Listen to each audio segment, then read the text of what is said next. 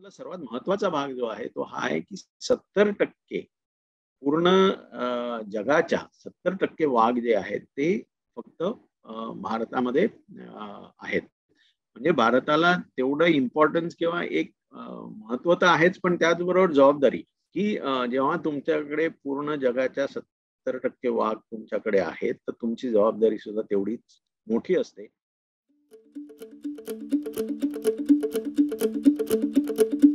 आज आपण वाघ या विषयासंदर्भात समजून घेणार आहोत. वाघ आत्ताच विषय निवडायचं कारण असं की 29 तारखेला 29 जुलै हा आंतरराष्ट्रीय tiger day, international tiger day किंवा आंतरराष्ट्रीय व्याघ्र दिन म्हणून साजरा केला जातो. महाराष्ट्र ही सुद्धा वाघांच्या दृष्टीने अतिशय महत्वाची भूमी आहे. म्हणजे मध्य भारत असेल तिथपासून ते आपल्या पश्चिम घाटात सुद्धा वाघ मोठ्या संख्येने आहेत. त्यांचं नेमकी काय परिस्थिती आहे, काय काय वाघांचे इश्यूज आहेत, कशा कशा पद्धतीने वाघांचं मॅनेजमेंट केलं जातं एकूण, हे सगळं समजून घेणं अतिशय गरजेचं आहे. कारण अलीकडे आपण वाचत होतो की वाघांची संख्या वाढते, पण नेमकं खरंच तसं होतंय का, आणि होत असेल तर त्याच्या मागे काय कारण आहेत. त्याच्या मागे जो इश्यू होता की वाघांची शिकार किंवा वाघांकडे दुर्लक्ष होऊन वाघांची संख्या कमी झालेली, तर हे नेमकं काय असतं, कसं होतं, अशा दृष्टीने आपण पाहण्यासाठी हा विषय निवडलेला आहे. आणि याची माहिती देण्यासाठी आणि याच्याबद्दल आपल्याशी संवाद साधण्यासाठी आहेत श्रीयुत नितीन काकोडकर. काकोडकर सरांबद्दल मी थोडक्यात सांगेन, मग ते त्यांचं प्रेझेंटेशन मांडतील. ते निवृत्त प्रधान मुख्य वन संरक्षक आहेत. जवळजवळ गेल्या 34 वर्षांचा त्यांना अनुभव आहे महाराष्ट्रातला वन्यजीवनाच्या व्यवस्थापनाच्या अनुषंगाने. विदर्भात त्यांनी मोठ्या प्रमाणात काम केलेलं आहे, वाघांवरही त्यांनी काम केलेलं आहे. सुरुवातीला त्यांनी वन्यजीव व्यवस्थापनासंदर्भातला डिप्लोमा कोर्स केला होता आणि त्यांची कमिटमेंट या विषयाची म्हणून सांगतोय की तो करताना 1 गोल्ड मेडल आणि 2 सिल्वर मेडल्स ही त्यांनी हे केलेली. सांगायचा उद्देश असा की या विषयाप्रती किंवा आपण जे काय काम करतोय त्याच्याप्रती किती आपली कमिटमेंट असू शकते याचं उदाहरण म्हणून मी हे छोटंसं उदाहरण सांगितलं. विदर्भामध्ये त्यांनी खूप मोठ्या प्रमाणात काम केलेलं आहे. विदर्भ म्हटल्यावर वाघ हा ओघाने आलाच, आणि त्या कामासाठी त्यांना sanctuary Asia wild life service award हे 2001 साली मिळालेलं आहे. हे अतिशय प्रतिष्ठेचं अवॉर्ड. ज्यांना या विषयाबद्दल कल्पना असेल किंवा ज्यांना सँक्च्युरी एशिया बद्दल माहिती असेल त्यांना याची व्याप्ती आणि याचं महत्व निश्चितपणे कळेल. त्याचबरोबर विदर्भातल्या त्यांच्या या कामासाठी तत्कालीन राज्यपालांच्या हस्ते सुद्धा त्यांचा सत्कार झालेला आहे. सो काकोडकर सर आपल्या सोबत आहेत आणि त्यांच्याकडून आपल्याला हे सगळं ऐकायचं आहे. ही गोष्ट आपल्या सगळ्यांच्या दृष्टीने अतिशय आनंददायी असेल आणि आपल्याला भरपूर काही देणारी असेल. त्याच्यामुळे मी सरांचं मनपूर्वक स्वागत करतो आणि त्यांना आपला विषय मांडण्याची विनंती करतो. श्री नितीन काकोडकर सर. नमस्कार. धन्यवाद अभिजित घोरपडेजी. आणि सर्वप्रथम तर मी बहुतालचे आभार मानतो की तुम्ही जे काही उपक्रम करत आहात आणि त्याच्याबद्दल तुम्ही आता माहिती दिली ती खूपच म्हणजे पहिल्यांदाच मला कळलं की बहुताल एवढं मोठं काम करत आहे आणि विविध प्रकारे म्हणजे प्रचार प्रसार जो चालू आहे तो, आणि त्याशिवाय जे लेक्चर्स आहेत किंवा तुमचं मासिक आहे, तर खरोखर तुमचं याबद्दल अभिनंदन. आणि तुम्ही जे काही इंट्रोडक्शन दिलं त्याच्याबद्दल सुद्धा आभार. आज आपण जसं तुम्ही सांगितलं की विषय जो आहे तो वाघांचं संवर्धन करणे, सो त्याच्याबद्दल आपण बोलणार आहोत. आणि वाघ टिकवण्यासाठी काय करायला लागेल किंवा काय करणं आवश्यक आहे, किंवा आपण सध्या म्हणजे महाराष्ट्र शासनाकडनं कोणते उपक्रम घेतले जात आहेत, आणि त्याशिवाय एकंदर वाघ म्हणजे काय, किंवा आणि मग तुम्हाला काही प्रश्न असतील त्याच्याबद्दल तर ते जरूर विचारा. जसं तुम्ही जे शीर्षक दिलं होतं टॉकचं की टिकवण्यासाठी, वाघाला टिकवण्यासाठी. सो इट इज नॉट वाघाला संरक्षण देण्यासाठी किंवा वाघ वाचवण्यासाठी, परंतु वाघाला टिकवण्यासाठी. ह्याच्यामधला जो फरक आहे तो आपण जाणून घेऊया. आणि याच्यासाठी जर आपण एकंदर ही पहिली जी स्लाइड आहे ती बघितली की हे 2 फोटो आहेत ऍक्च्युली रात्री घेतलेले. एक 1992 मध्ये घेतलेला आहे आणि दुसरा 2009 मध्ये घेतलेला फोटो आहे. ह्याच्यामध्ये एक आपल्याला प्रकर्षाने जाणवतं की जे लाईट्स आहेत म्हणजे रात्रीचं जे जो वावर आहे लोकांचा किंवा लोकांचं अस्तित्व आहे ते ह्याच्यात तुम्हाला फरक कळतो की साधारण 17-18 वर्षामध्ये किती फरक पडलाय. आणि हे फक्त आपल्याला थोडंसं आपण जे काही बोलतोय त्याच्यामध्ये आपल्याला बॅकग्राऊंड मध्ये आपण ठेवायचं हे की असं ही ही सगळी म्हणजे ज्याला आपण एका प्रकारे ज्याला विकास म्हणतो तर तो विकास म्हणता येईल. तर तो विकास काय आहे. तर आता वाघ म्हणजे वाय टायगर्स किंवा वाघाला संरक्षण देणं का जरुरी आहे हा अत्यंत बेसिक गोष्ट आहे. बहुतेक तुमचे तुम्ही जे कोणी ऐकता आहात त्या सगळ्यांना माहिती असेल पण तरी एक छोटस इंट्रोडक्शन म्हणून वाघ हा अर्थातच जो फूड पिरामिड आहे त्याच्या अपेक्सला आहे आणि सुपर प्रिडेटर्स ज्याला म्हणतो आपण तर त्याच्यामध्ये आहेत.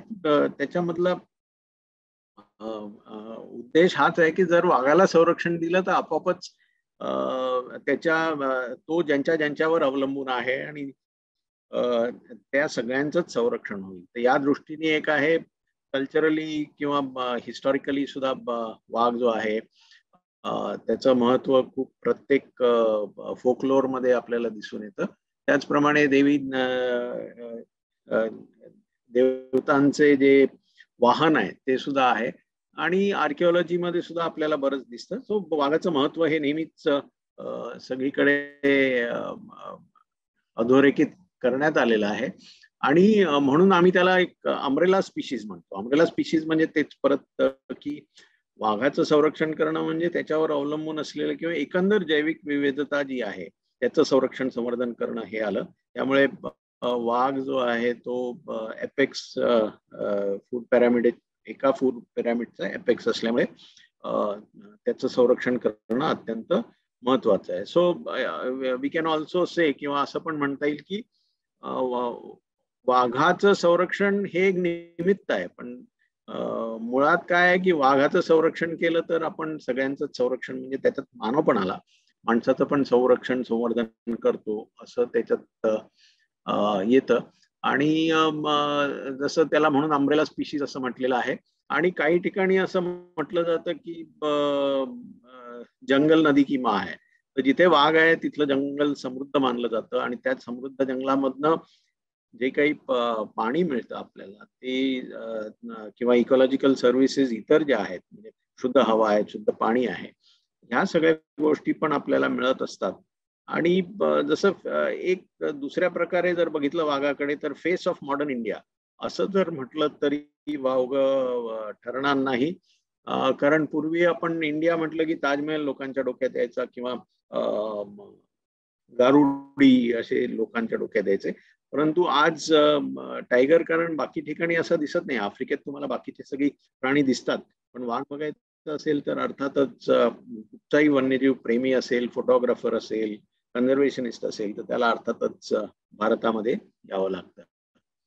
आणि सुरुवातीचा काळ जर आपण बघितला की कॉलोनियल किंवा जेव्हा आपल्याला स्वातंत्र्य मिळालं त्याच्यानंतरचा नजीकचा काळ जो आहे त्याच्यामध्ये मोठ्या प्रमाणात शिकार जी अलाउड होती म्हणजे लिगलाइज्ड होती. शूटिंग ब्लॉक्स असायचे त्याच्यामध्ये ठरवलं जायचं की या शूटिंग ब्लॉक म्हणून किती वाघ मारायचे किंवा मारता येतील आणि मग त्याचे परमिट्स इश्यू केले जायचे. आणि त्याच्या आधी अर्थातच राजे महाराजे जेव्हा होते त्यावेळेस मोठ्या प्रमाणात त्यांच्यासाठी जंगलं होती आणि ते त्यांची जंगलं होती म्हणजे आणि त्या जंगलांवर पूर्ण हक्क त्यांचा होता. आणि त्यावेळेस मोठ्या प्रमाणात शिकार जे आहे ती केली जायची. असं मानलं जायचं की वाघ हा एवढा म्हणजे क्रूर किंवा शक्तिशाली प्राणी आणि त्याला जर आम्ही मारलं तर आम्ही खूप शक्तिशाली आहोत तर असा एक समज होता. आणि एक सोशल स्टेटस सिम्बलही असायचं म्हणजे पूर्वीच्या आजही तुम्ही काही राजे महाराजे यांच्या पॅलेसेस मध्ये गेलात किंवा राजवाड्यात गेलात तुम्हाला दिसून येतं की अजूनही काही ट्रॉफीज आहेत तर त्या ट्रॉफीज अजूनही अशा दाखवल्या जातात किंवा त्याच्याबद्दल गर्व बाळगला जातो की हे आमच्याकडे एवढ्या मोठ्या वाघाची कातडी आहे किंवा एवढ्या मोठ्या वाघाचं हेड आहे, ट्रॉफी आहे. तर हे सगळं एक सोशल स्टेटस म्हणून सुद्धा मानलं जायचं. त्याच्यानंतर 1970च्या आसपास असं दिसून आलं की वाघांची संख्या जी आहे ती खूपच कमी झाली आहे. आणि असं एक म्हटलं जातं की टर्न ऑफ द सेंचुरीला म्हणजे 19th मागच्या शतकामध्ये 1900 साली साधारण जे 40,000 वाघ होते. अर्थात त्याचं काउंटिंग वगैरे काही केलं गेलेलं नव्हतं, पण एक अंदाज 40,000. आणि तो 72 मध्ये वगैरे असं लक्षात आलं की त्याची संख्या कमी होऊन 1800 वर आलेली आहे. तर एवढी कमी संख्या झाल्यामुळे मग त्याच्याबद्दल विचार करण्यात आला मोठ्या प्रमाणात सर्वच स्तरांवर. आणि मग त्याच्याबद्दल WWF जे आहे, world wide fund for nature किंवा पूर्वी वर्ल्ड वाईल्ड लाईफ फंड आणि गव्हर्नमेंट ऑफ इंडिया यांच्यामध्ये काही करार झाला. आणि त्याच्यामध्ये असं ठरलं की काही पैसे WWF कडनं मिळतील आणि मग गव्हर्नमेंट ऑफ इंडियानी पण मॅचिंग ग्रांट्स द्यायचं ठरवलं. आणि इनिशियली आपण 73 मध्ये प्रोजेक्ट टायगर लॉन्च झाला. आणि त्यावेळेस 9 टायगर रिझर्व्ह पूर्ण देशामध्ये घोषित झाले. त्यापैकी महाराष्ट्रामधला मेळघाट व्याघ्र प्रकल्प जो आहे तो त्या इनिशियल 9 मधले होते. आणि हे 9 कसे झाले तर वेगळ्या वेगळ्या टाईपचे हॅबिटॅट्स म्हणजे अधिवास जो आहे तो वेगळ्या वेगळ्या प्रकारची जंगल, वेगळ्या वेगळ्या प्रकारचा अधिवास.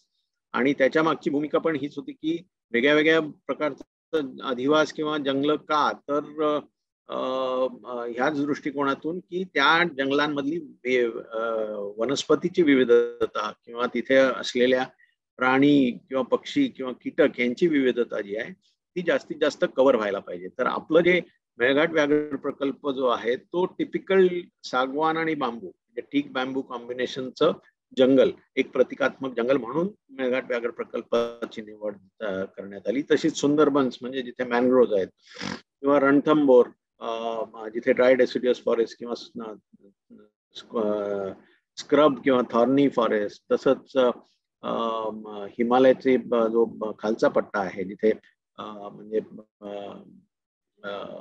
कॉर्बेट नॅशनल पार्क किंवा कॉर्बेट टायगर रिझर्व असे वेगळे, किंवा तराईमध्ये दुधवा, असे वेगळ्या वेगळ्या प्रकारचे, किंवा खाली वेस्टर्न घाट्स मध्ये पेरियार टायगर रिझर्व, असे वेगळ्या वेगळ्या प्रकारचे 9 व्याघ्र प्रकल्प घोषित झाले. अर्थात कालांतराने वाढत 9चे 11, मग 16, 17, आज 50 पेक्षा अधिक व्याघ्र प्रकल्प क्षेत्र जी आहेत ती पूर्ण देशामध्ये आपल्याकडे आहेत. आणि हे सगळं केल्यामुळे त्याच्यावर वाघांवर फोकस करून इन्फ्रास्ट्रक्चर थोडंसं वाढवण्यात आलं, थोडं संरक्षणाचा दर्जा वाढवण्यात आला. आणि हे सगळं केल्यामुळे असं दिसून आलं की वाघांची संख्या जी आहे ती बऱ्यापैकी वाढली आहे. आणि म्हणून असं म्हटलं जातं की 1980s आणि 90s मध्ये असं एक हे होतं की आपण वाघाच्या संरक्षणाबद्दल खूप चांगलं काम केलेलं आहे आणि आता काही धोका जो आहे तो टळलेला आहे.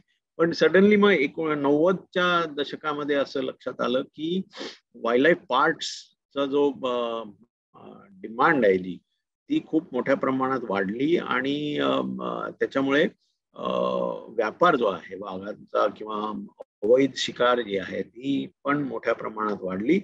म्हणजे अक्रॉस द बॉर्डर ट्रेड वाढला. आणि त्याच्यामुळे मग वाघाचं कातळं असेल किंवा वाघाची हाडं असतील किंवा वाघाचे इनफॅक्ट सगळेच पार्ट्स वापरात येऊ लागले. काही मेडिसिन मध्ये वापरले गेले, काही ॲफ्रोडिझियाक्स म्हणून वापरले गेले, काही शो म्हणून वापरले गेले.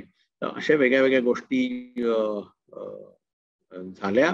आणि असं लक्षात आलं की दोन एरियाज किंवा टायगर रिझर्व त्यावेळेसचे सरिस्का टायगर रिझर्व आणि 2005च्या आसपास पन्ना टायगर रिझर्व, या 2 टायगर रिझर्व मधले वाघ पूर्णतः म्हणजे लोकली एक्सटिंक्ट झाले किंवा लोकली नामशेष झाले, स्थानिकरित्या नामशेष झाले असं लक्षात आलं.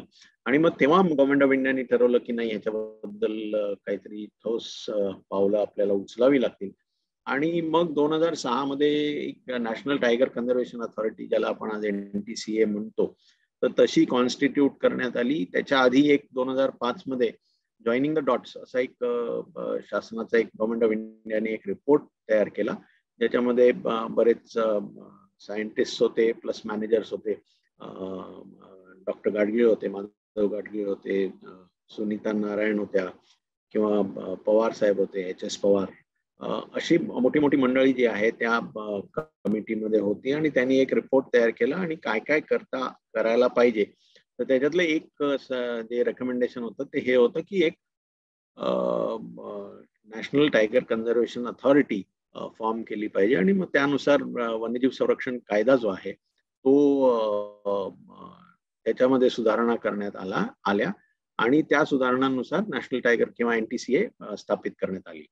आणि मग त्याच्यात असं ठरलं की वाघाचं जे आहे ते नॅशनल लेवल, म्हणजे फक्त सँक्च्युरीज किंवा नॅशनल पार्क किंवा टायगर रिझर्व्ह मध्ये नाही, तर सगळ्याच पूर्ण एरियामध्ये जिथे जिथे जंगल आहेत आणि जिथे जिथे वाघाचं अस्तित्व आहे अशा सगळ्या ठिकाणी दर 4 वर्षांनी पॉप्युलेशन एस्टिमेशन करायला पाहिजे.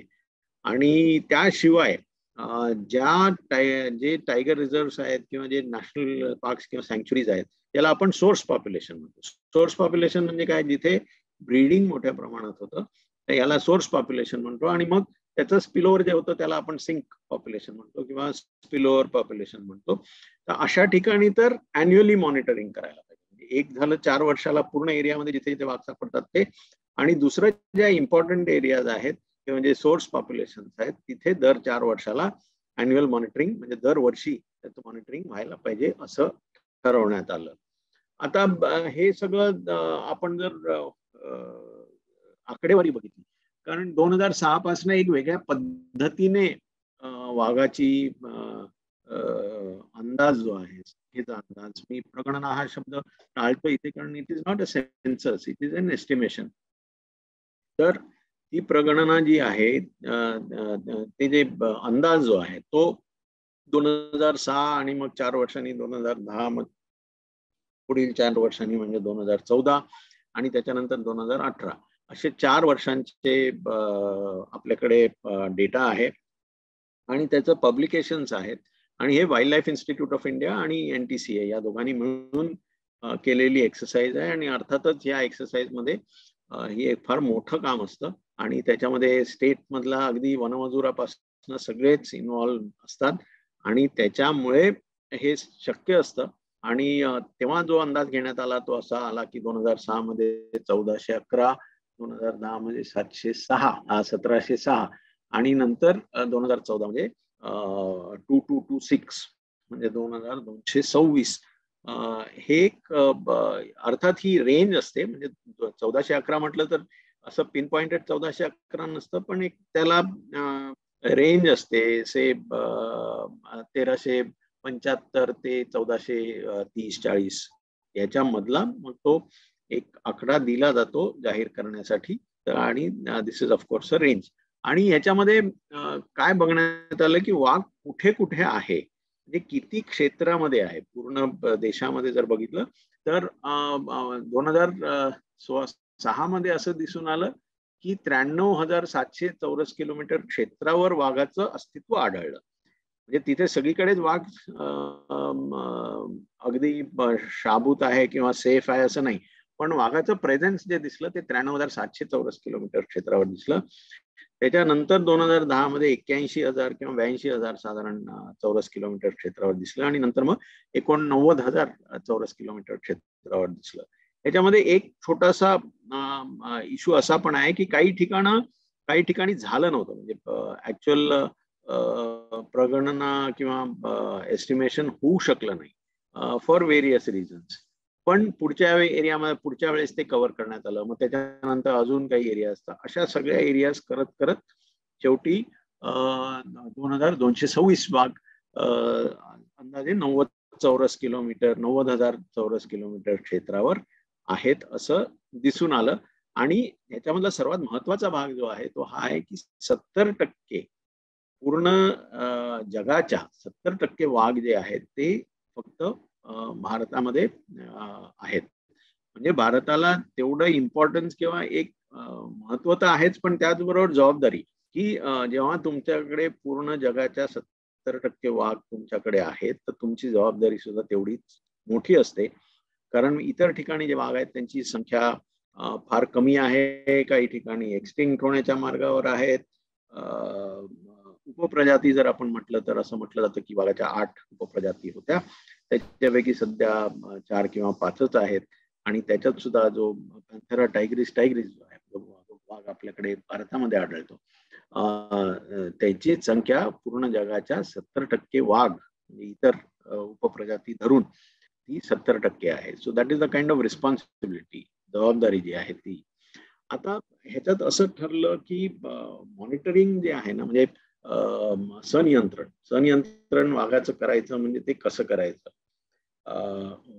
भारत हा खूप मोठा देश आहे, खूप म्हणजे लँडस्केप खूप मोठा आहे आणि या सगळ्याच लँडस्केप्स मध्ये वाघ हा खूप जास्ती आढळ नाहीये. काही विशिष्ट ठिकाणी खूप जास्त आहे, काही ठिकाणी अत्यंत तुरळक आहे. म्हणजे काही असे मोठे मोठे एरियाज आहेत जिथे 1 किंवा 2 किंवा 4च वाघ आहेत. पण दुसरीकडे तुम्हाला तेच पर 100 स्क्वेअर किलोमीटर तुम्हाला 15-20 वाघ सुद्धा सापडतील. तर अशा पण एरियाज आहेत. नंतर वाघ हा सर्वसाधारणपणे क्रिप्टिक स्पीशीज म्हणजे काय की जो सर्वसाधारणपणे इझिली दिसून येत नाही, कारण त्याचा स्वभावच तसा आहे, त्याचा नैसर्गिक स्वभावच वेगळ्या प्रकारचा आहे. आणि तो वाईड रेंजिंग आहे, तो बऱ्याच ठिकाणी म्हणजे तो फिरत राहतो. तो असा एका ठिकाणी स्टेबल असा नसतो. अर्थात त्याच्यात होम रेंज आलं, टेरिटोरियालिटी आली, सगळं आलं, पण तरी सुद्धा बऱ्याच अडॅप्टेबल सुद्धा तो तेवढाच आहे. म्हणजे आता मी मगाशी उदाहरण जसं दिलं, एककडे सुंदरबन्स मधले वाघ आहेत, तर दुसरीकडे स्क्रब फॉरेस्ट मधले पण वाघ आहेत, तिसरीकडे तराई मधले वाघ आहेत, चौथीकडे आपल्याला वेस्टर्न घाट मध्ये वाघ आहेत. अशा वेगळ्या वेगळ्या रेंज मध्ये, वेगळ्या वेगळ्या हॅबिटॅट्स मध्ये तो आढळतो. आणि मग हे सगळं करत असताना जेव्हा आपण ऍक्च्युअल एस्टिमेशन करायला जातो तेव्हा टेक्निकल कॅपॅबिलिटीज किती आहेत स्टाफच्या, त्या कशा सुधारता येतील, किती प्रोफेशनली हे काम करता येईल, तर या सगळ्याचा विचार होत होता. आणि त्याच्यासाठी जे म्हणजे कॅपॅसिटी बिल्डिंग ज्याला म्हणतात, क्षमतेमध्ये क्षमता वाढवणे, स्टाफची, फील्ड स्टाफची किंवा अधिकाऱ्यांची, कर्मचाऱ्यांची, ते सगळं करण्याकरता मग बरेच उपक्रम घेण्यात आले. आणि मग नुसते वाघ नाही मोजायचे, कारण वाघ मोजायचे म्हणजे वाघ it is not very easy. तुम्ही कोणीतरी मगाशी प्रश्न पण टाकलेला आहे स्ट्राईप पॅटर्न बद्दल, ते पण आपण बोलू. तर वाघाबरोबरच त्याचे कोप्रिडेटर्स कोण आहेत, म्हणजे वाघाबरोबर कोण कोण राहतं, तर लेपर्ड्स किती आहेत, मग तिथे दुसरा कोणी कोप्रिडेटर आहे का, कारण जर वाईल्ड डॉग जर धरला किंवा दोल, तर वाईल्ड डॉग सुद्धा हा कोप्रिडेटर आहे जो वाघाबरोबर राहतो. आणि मग कारण तिथे सगळ्यांसाठीच मग तेवढ्या प्रमाणात आपल्याकडे तृणभक्षक प्राणी आहेत का, म्हणजे मग ते कसे शोधायचे, तर ते मोजणं एक भाग झाला. पण मोजता मोजता साइन सर्वेज, म्हणजे त्याची विष्ठा दिसते का, किती प्रमाणात दिसते, त्याचे काही खुराचे मार्क्स दिसतात का, ऍक्च्युअल प्रत्यक्ष किती दिसतात, हे सगळं बघितलं जातं. आणि मग त्याप्रमाणे एखाद्या क्षेत्रामध्ये किती भक्ष्य उपलब्ध आहे, आणि ते भक्ष्य एकतर वाईल्ड प्रे झाला, म्हणजे वाईल्ड प्रे म्हणजे आपल्याला जे चितळ सांबर, रानडुक्कर किंवा नीलगाय किंवा गवे, हे त्याचं मुख्य खाद्य झालं. पण त्याचबरोबर कॅटल आहे, म्हणजे गुरं आहेत, यावर सुद्धा बरेचसे वाघ अवलंबून असतात. त्यामुळे बऱ्याच ठिकाणी असं असतं की गुरांचं प्रमाण मोठं असतं आणि खूपसे वाघ जे आहेत, आज जे स्पिलओव्हर पॉप्युलेशन आहेत, ते बरेचसे they are cattle dependent tigers, कॅटलवर अवलंबून असलेले वाघ.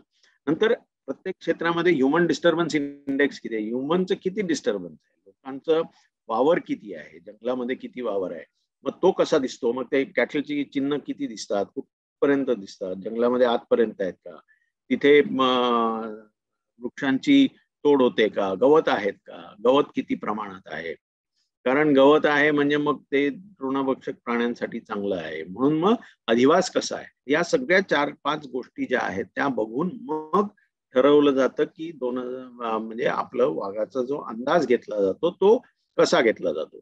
तर आता आपण हे सगळं केल्यानंतर 2018चं जे एस्टिमेशन केलं गेलं, जे आता लेटेस्ट आहे, कारण पुढचं एस्टिमेशन जे आहे 2022 मध्ये होणार आहे आणि त्याची तयारी ऑलरेडी सुरू झालेली आहे. म्हणजे गेले 2-3 महिन्यामध्ये NTCA कडनं आम्हाला डायरेक्टिव्ह होतं की किती तुम्हाला अजून इक्विपमेंट काही पाहिजे का, इतर गोष्टी काही आहे का, फंडिंग किती आहे, हे सगळ्या गोष्टी बघितल्या जातात.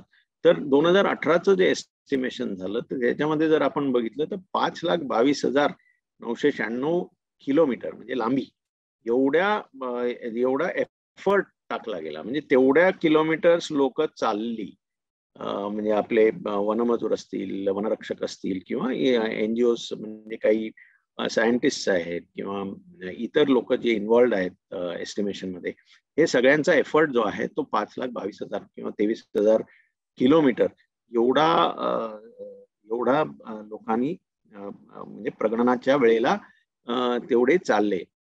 आणि एरिया किती घेतली तर एरिया जी सर्वे करण्यात आली ती 3,81,400 चौरस किलोमीटर एरिया सर्वे केली गेली वाघांच्या म्हणजे अंदाज घेण्यासाठी. आणि त्याच्यात असं दिसून आलं की साधारण 90,000 स्क्वेअर किलोमीटर एरियावर वाघ आहे, म्हणजे वाघाचं अस्तित्व आहे. मगाशी सांगितल्यासारखं असं नाहीये की सगळीकडे जिथे वाघ आहे तिथे तो सेफ आहे, असं नाहीये. काही ठिकाणी अगदी स्पार्स पॉप्युलेशन आहे, काही ठिकाणी खूप डेन्सिटी हाय, पण एकंदर जवळजवळ 90,000 चौरस किलोमीटर क्षेत्रावर वाघाचं अस्तित्व जाणवलं गेलं.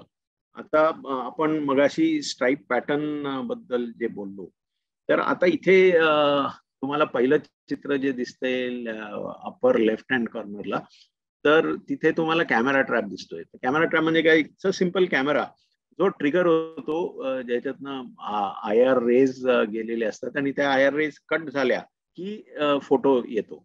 आणि मग त्या फोटोमध्ये नॉर्मली हे कॅमेरे जे आहेत ते दोन्ही बाजूला असतात. म्हणजे आणि वाघ जो आहे आपल्याला माहिती आहे की तो सर्वसाधारणपणे जी पाऊलवाट असते किंवा जो रस्ता असतो त्याच्यावरनं चालतो. का त्याच्यावरनं चालतो? कारण त्याचे पॅड्स जे आहेत ते अतिशय सॉफ्ट असतात आणि त्या सॉफ्ट पॅड्सना प्रोटेक्ट करण्यासाठी आणि नखं जी असतात, क्लॉज असतात, ते रिट्रॅक्टाईल असतात, ते आत असतात. तर म्हणून तो शक्यतोवर जी तुडवलेली जमीन आहे त्याच्यावरनं चालत असतो.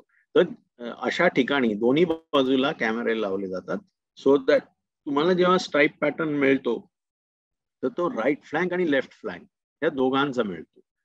आणि मग हे स्ट्राईप पॅटर्न जे आहेत ना, ते तुम्ही जर आता फोटो बघितला तर ह्याच्यामध्ये तुम्हाला एक विशिष्ट पॅटर्न राईट हँड साईडचे जे उजव्या बाजूचे 2 फोटो दिलेले आहेत, तर त्याच्यामध्ये तुम्हाला लक्षात आले की 2 वेगळे फोटो आहेत, पण ते एकाच वाघाचे आहेत. तर ते कसे, तर त्याचा जर पॅटर्न जर आपण जवळून बघितला तर याला काय केलं जातं की कुठचाही एक चौकोन घेतला जातो आणि त्या चौकोनात नंतर मग शोधलं जातं, नंबरिंग सुद्धा केलं जातं. म्हणजे लेफ्ट पासून राईट पर्यंत प्रत्येक स्ट्राईपला number 1, number 2, number 3, number 4, number 5, number 6, जेणेकरून मग नुसतं ऑक्युलर नाही होत, ते थोडस अजून पुढे जाऊन त्याचा अनालाइज करून you know that this is a individual tiger. तर हे सगळं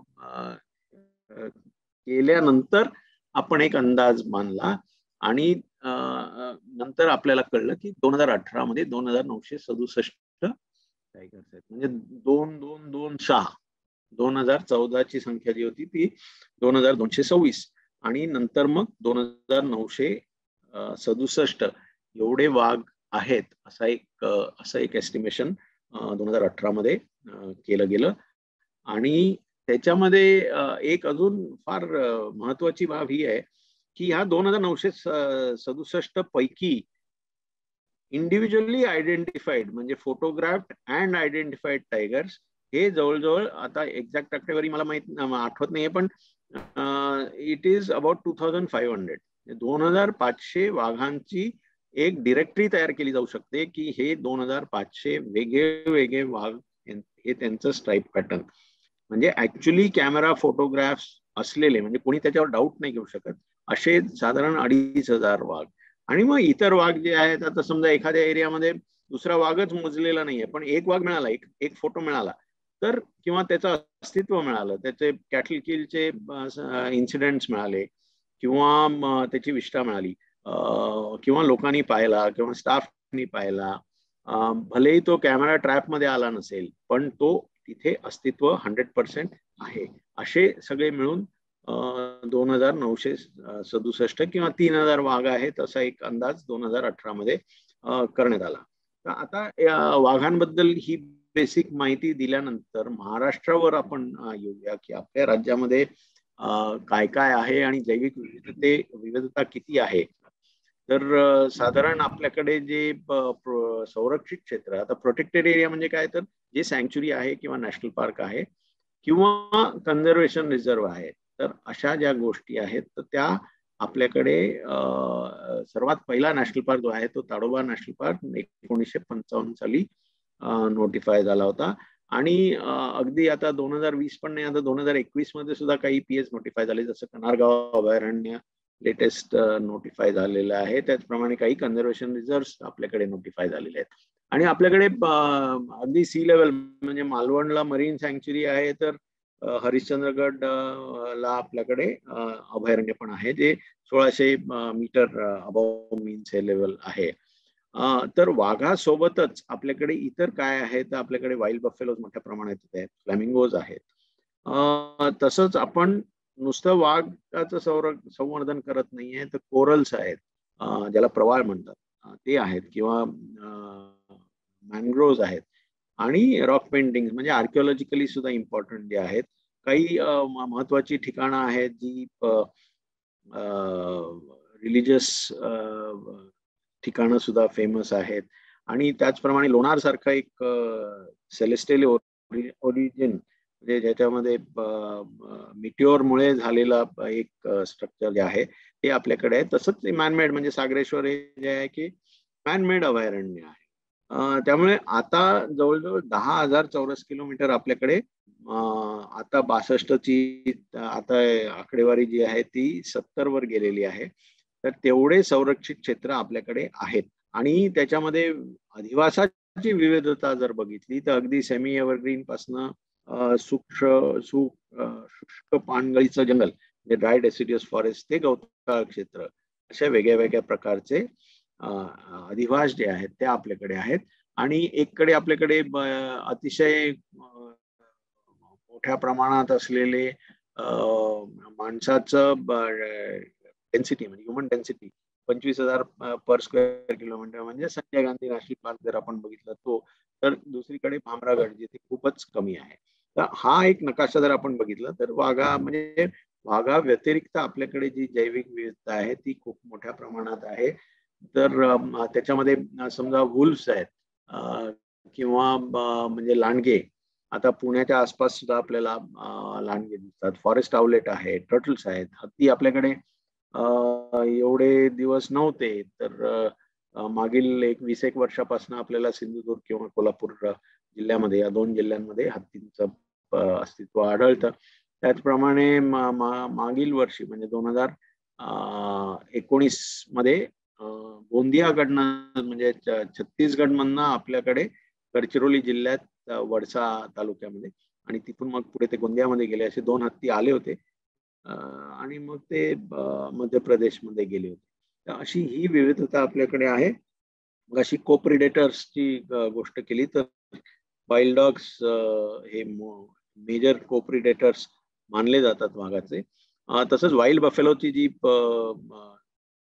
पॉप्युलेशन आहे, तर सिरोंचा म्हणून जे आपल्याकडे गडचिरोली जिल्ह्यामध्ये एरिया आहे, नाही तर कोलामार्का म्हणून एक क्षेत्र आहे, तिथे आपल्याला वाईल्ड बफेलोज दिसून आलेले आहेत, जे छत्तीसगडमध्ये काही प्रमाणात आहेत आणि नंतर मग ते नॉर्थ ईस्ट मध्ये आढळतात. आणि आपल्याकडे व्याघ्र प्रकल्पाची जी संख्या आहे ती 6 व्याघ्र प्रकल्प आपल्या राज्यामध्ये आहेत. मी मगाशी म्हटल्यासारखं सर्वप्रथम अर्थातच मेळघाट व्याघ्र प्रकल्प जो 1973 मध्ये प्रोजेक्ट टायगर लॉन्च झाला तेव्हापासूनचा आहे. त्याच्यानंतर ताडोबा अंधारी व्याघ्र प्रकल्प जो बराच उशिरा म्हणजे 1996च्या आसपास 95-96 मध्ये नोटिफाय झाला. त्याच्यानंतर पेंच व्याघ्र प्रकल्प झाला, नंतर नवेगाव नागझिरा झाला, बोर व्याघ्र प्रकल्प झाला आणि मग सह्याद्री व्याघ्र प्रकल्प झाला. तर असे व्याघ्र प्रकल्प 6 जे आहेत ते आपल्याकडे आहेत. आणि एंडेंजर्ड वल्चर्स जे आहेत ते गिधाड आहेत तर ती आहेत आणि वाईल्ड बफेलो जे आपल्याकडे आहेत ते सुद्धा आहेत. आणि आता म्हणजे पूर्वी आपण वाघ बघायचं तर म्हणायचो की आपल्याला कानाला जावं लागेल किंवा कॉर्बेटला जावं लागेल, पण आज वाघ बघायचं असेल तर सर्वात पॉप्युलर डेस्टिनेशन जे आहे ते महाराष्ट्रामधलं ताडोबा अंधारी व्याघ्र प्रकल्प किंवा काही प्रमाणात पेंच व्याघ्र प्रकल्प, हे दोन जे आहेत ते वाघ बघण्यासाठी म्हणजे पूर्ण जगामधनं लोक आज तिथे येत आहेत. आणि आपल्याकडे जे कॉम्पेन्सेशन पॅकेज आहे ते समजा वाघामुळे काही नुकसान झालं तर त्याच्यासाठी जे पॅकेज आहे ते म्हणजे आता त्याला नुकसान भरपाई नाही म्हणणार, एक एक्सग्रेशिया पेमेंट म्हणू आपण.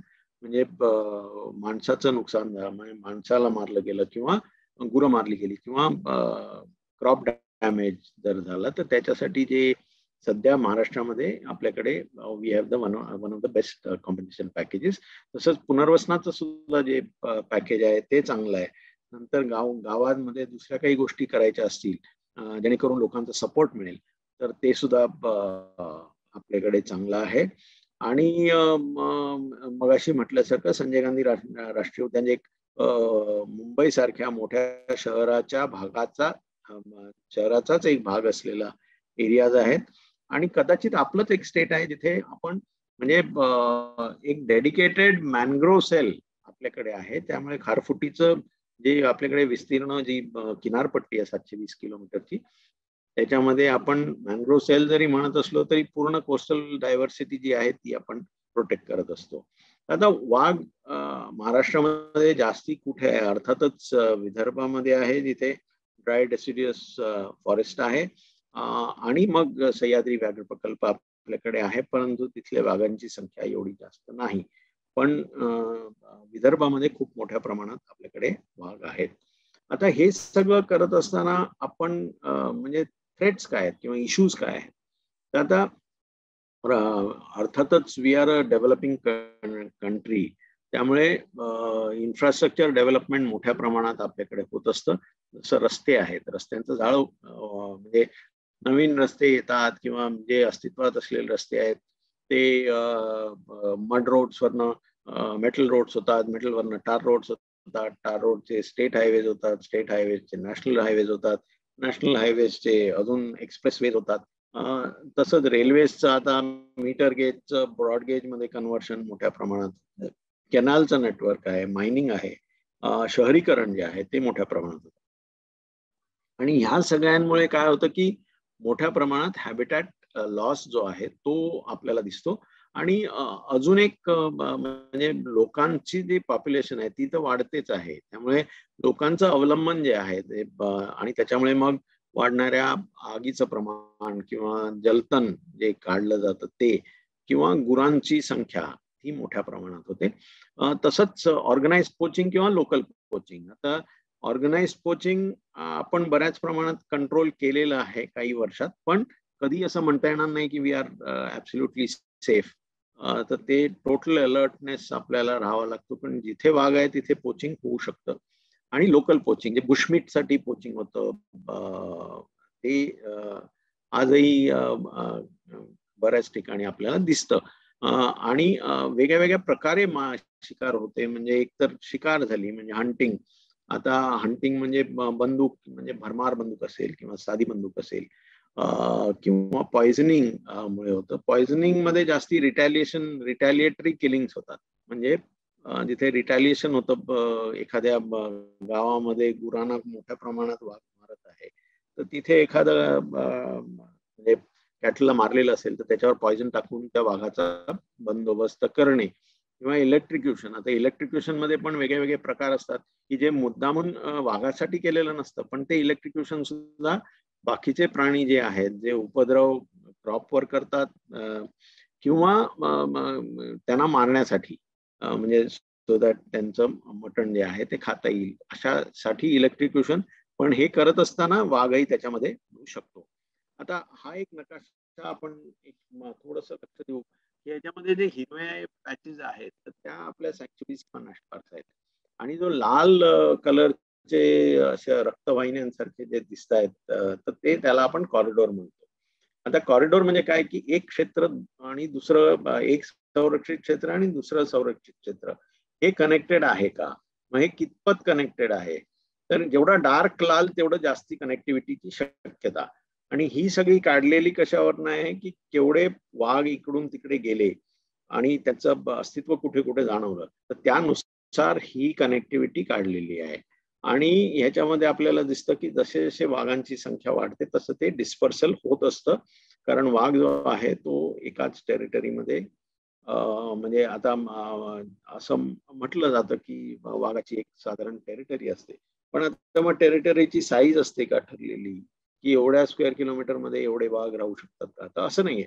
इट इज म्हणजे ते सिम्पल मॅथमॅटिक्स नाही.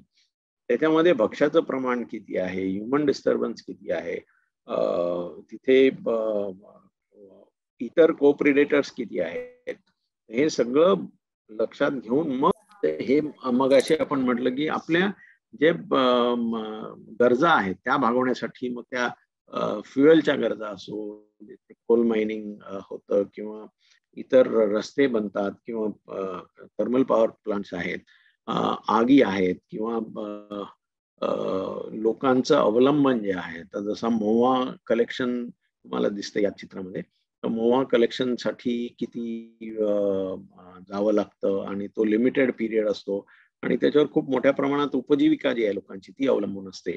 त्यामुळे त्यांना जाणं तर भाग आहे, पण ते जात असताना ते पहाटे लवकर जातात, मग ते 5-5 वाजता सकाळी निघतात किंवा 4 वाजता सकाळी निघतात, जंगलात जातात. अशा वेळेला संघर्षाची स्थिती होण्याची शक्यता जास्ती असते. गुरं चरण्यासाठी नेली जातात, फ्युएल वूड काढलं जातं. या सगळ्या गोष्टी ज्या आहेत त्या संघर्ष निर्माण करत असतात. तर आता हा एक परत एक छोटंसं उदाहरण इथे देतो मी की ताडोबांधारी व्याघ्र प्रकल्प तुम्हाला लेफ्टला दिसतोय डाव्या बाजूला, आणि मध्ये एक हुमन नदी म्हणून दिसते आणि तिथे बऱ्याच वर्षापासून एक प्रकल्प होऊ घातलेला आहे की ज्याला हुमन प्रकल्प म्हटलं जातं. उमन नदीवर आहे म्हणून ते उमन प्रकल्प. हे जे लाल लाईन्स दिसत आहेत तुम्हाला, तर त्या डिस्पर्सल रूट्स आहेत ते, आणि तिथे जर मध्ये धरण झालं मोठं आणि तेवढं सबमर्जन्स मध्ये एरिया गेली तर तेवढं म्हणजे कट ऑफ होईल, म्हणजे एक क्षेत्र आणि दुसरं क्षेत्र कट ऑफ होईल आणि मग आयसोलेटेड पॉप्युलेशनचे जे इश्यूज आहेत जसे इनब्रीडिंग आहे त्या सगळ्या सुरू होतात आणि मग संघर्ष जो आहे तो अजून वाढतो. तर आता मगाशी आपण म्हटलं की वाघाचे नॉर्मली शिकार कशासाठी होते, तर नखांसाठी होते किंवा ऍक्सिडेंटली किंवा नैसर्गिकरित्या वाघ मेलेला आहे मग त्याचे पाय तोडून नेणं किंवा त्याचे नख काढणं किंवा त्याची हाडं काढणं, ह्या गोष्टी सगळ्या होऊ शकतात. इलेक्ट्रिक्युशन, आता ह्याच्यामध्ये आपल्याला दिसतं की वाघ जो आहे तो मेलेला आहे आणि त्याला एक अशी लाईन दिसते, म्हणजे हा इलेक्ट्रिक्युशनमुळेच मेलेला वाघ आहे. नंतर आपले रेल्वे लाईन्स जे आहेत, ते रेल्वे लाईन्स किंवा रोड नेटवर्क जे आहे त्याच्यामध्ये आपल्याला दिसतं इथे हे चित्र जे आहे राईट हँड साईडला जे दिसतंय की लेपर्डचे अक्षरशः 2 तुकडे झालेले आहेत, कारण रेल्वे लाईन आहे आणि सडनली जर ट्रेन आली तर त्याला कधी कधी कळत नाही आणि स्पेशली टर्निंग वर वगैरे असतं त्यावेळेस असे डेथ्स होऊ शकतात.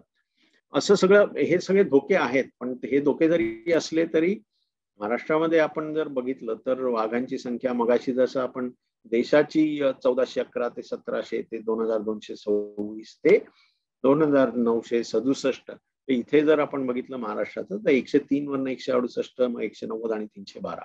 सो 312 हे 2018ची आकडेवारी आहे. आय एम शुअर की आज मी ती आकडेवारी 360-370च्या आसपास असायला काहीच हरकत नाही. तर आपण जर बघितलं तर 200% वाढ झालेली आहे आणि नॅशनल लेवलला पण आपल्या राज्याचं जे शेअर आहे तो बऱ्यापैकी वाढलाय आणि सेंट्रल इंडियामध्ये जर महाराष्ट्राचं बघितलं तर 30% जवळजवळ आपला शेअर जो आहे तो सेंट्रल इंडियातील टोटल वाघ जे आहेत त्याच्यामुळे. आता हे का झालं असं, तर साहजिकच जे पुनर्वसन गावांचं करण्यात आलं आणि हे सगळं पुनर्वसन ऐच्छिक असतं आणि त्यामध्ये जर आपण आयडेंटिफाय केलेली गावं जी आहेत ती साधारण 110 धरली, त्यापैकी 66 गावं जी आहेत त्यांचं पुनर्वसन झालेलं आहे आणि अजूनही काही गावांचं पुनर्वसन व्हायला पाहिजे. पुनर्वसन झाल्यामुळे दुहेरी फायदा होतो की लोक सुद्धा खुश राहतात, कारण लोकांना जे आपण ऑल्टरनेटिव्ह उपलब्ध करून देतो ते पॅकेज खूप चांगलं आहे महाराष्ट्रामधलं. आणि त्याचबरोबर जो एक अधिवास निर्माण होतो की जिथे मेळघाटमध्ये तुम्हाला कधी चितळ दिसायचे नाहीत तिथे आता चितळांचं प्रमाण मोठ्या प्रमाणात झालंय. आणि चितळ आले किंवा सांबर आले की अर्थातच वाघाचं भक्ष्य वाढलं आणि म्हणून वाघ येऊ शकतात. आता एक छोटंसं उदाहरण तुम्हाला इथे जर हा नकाशा आपण मेळघाटचा जर बघितला तर याच्यामध्ये जे छोटे छोटे पॉलिगॉन्स दिसत आहेत, तर हे पॉलिगॉन जे आहेत ते वेगळ्या वेगळ्या वाघांचे आहेत. म्हणजे वेगळ्या वेगळ्या रंगामध्ये वेगळ्या वेगळ्या वाघांचे पॉलिगॉन म्हणजे त्या क्षेत्रामध्ये त्या वाघाचं मुवमेंट आढळून आले आणि मग ते मॅपिंग केल्यावर दिसून येतं की हा वाघ एवढा फिरलाय.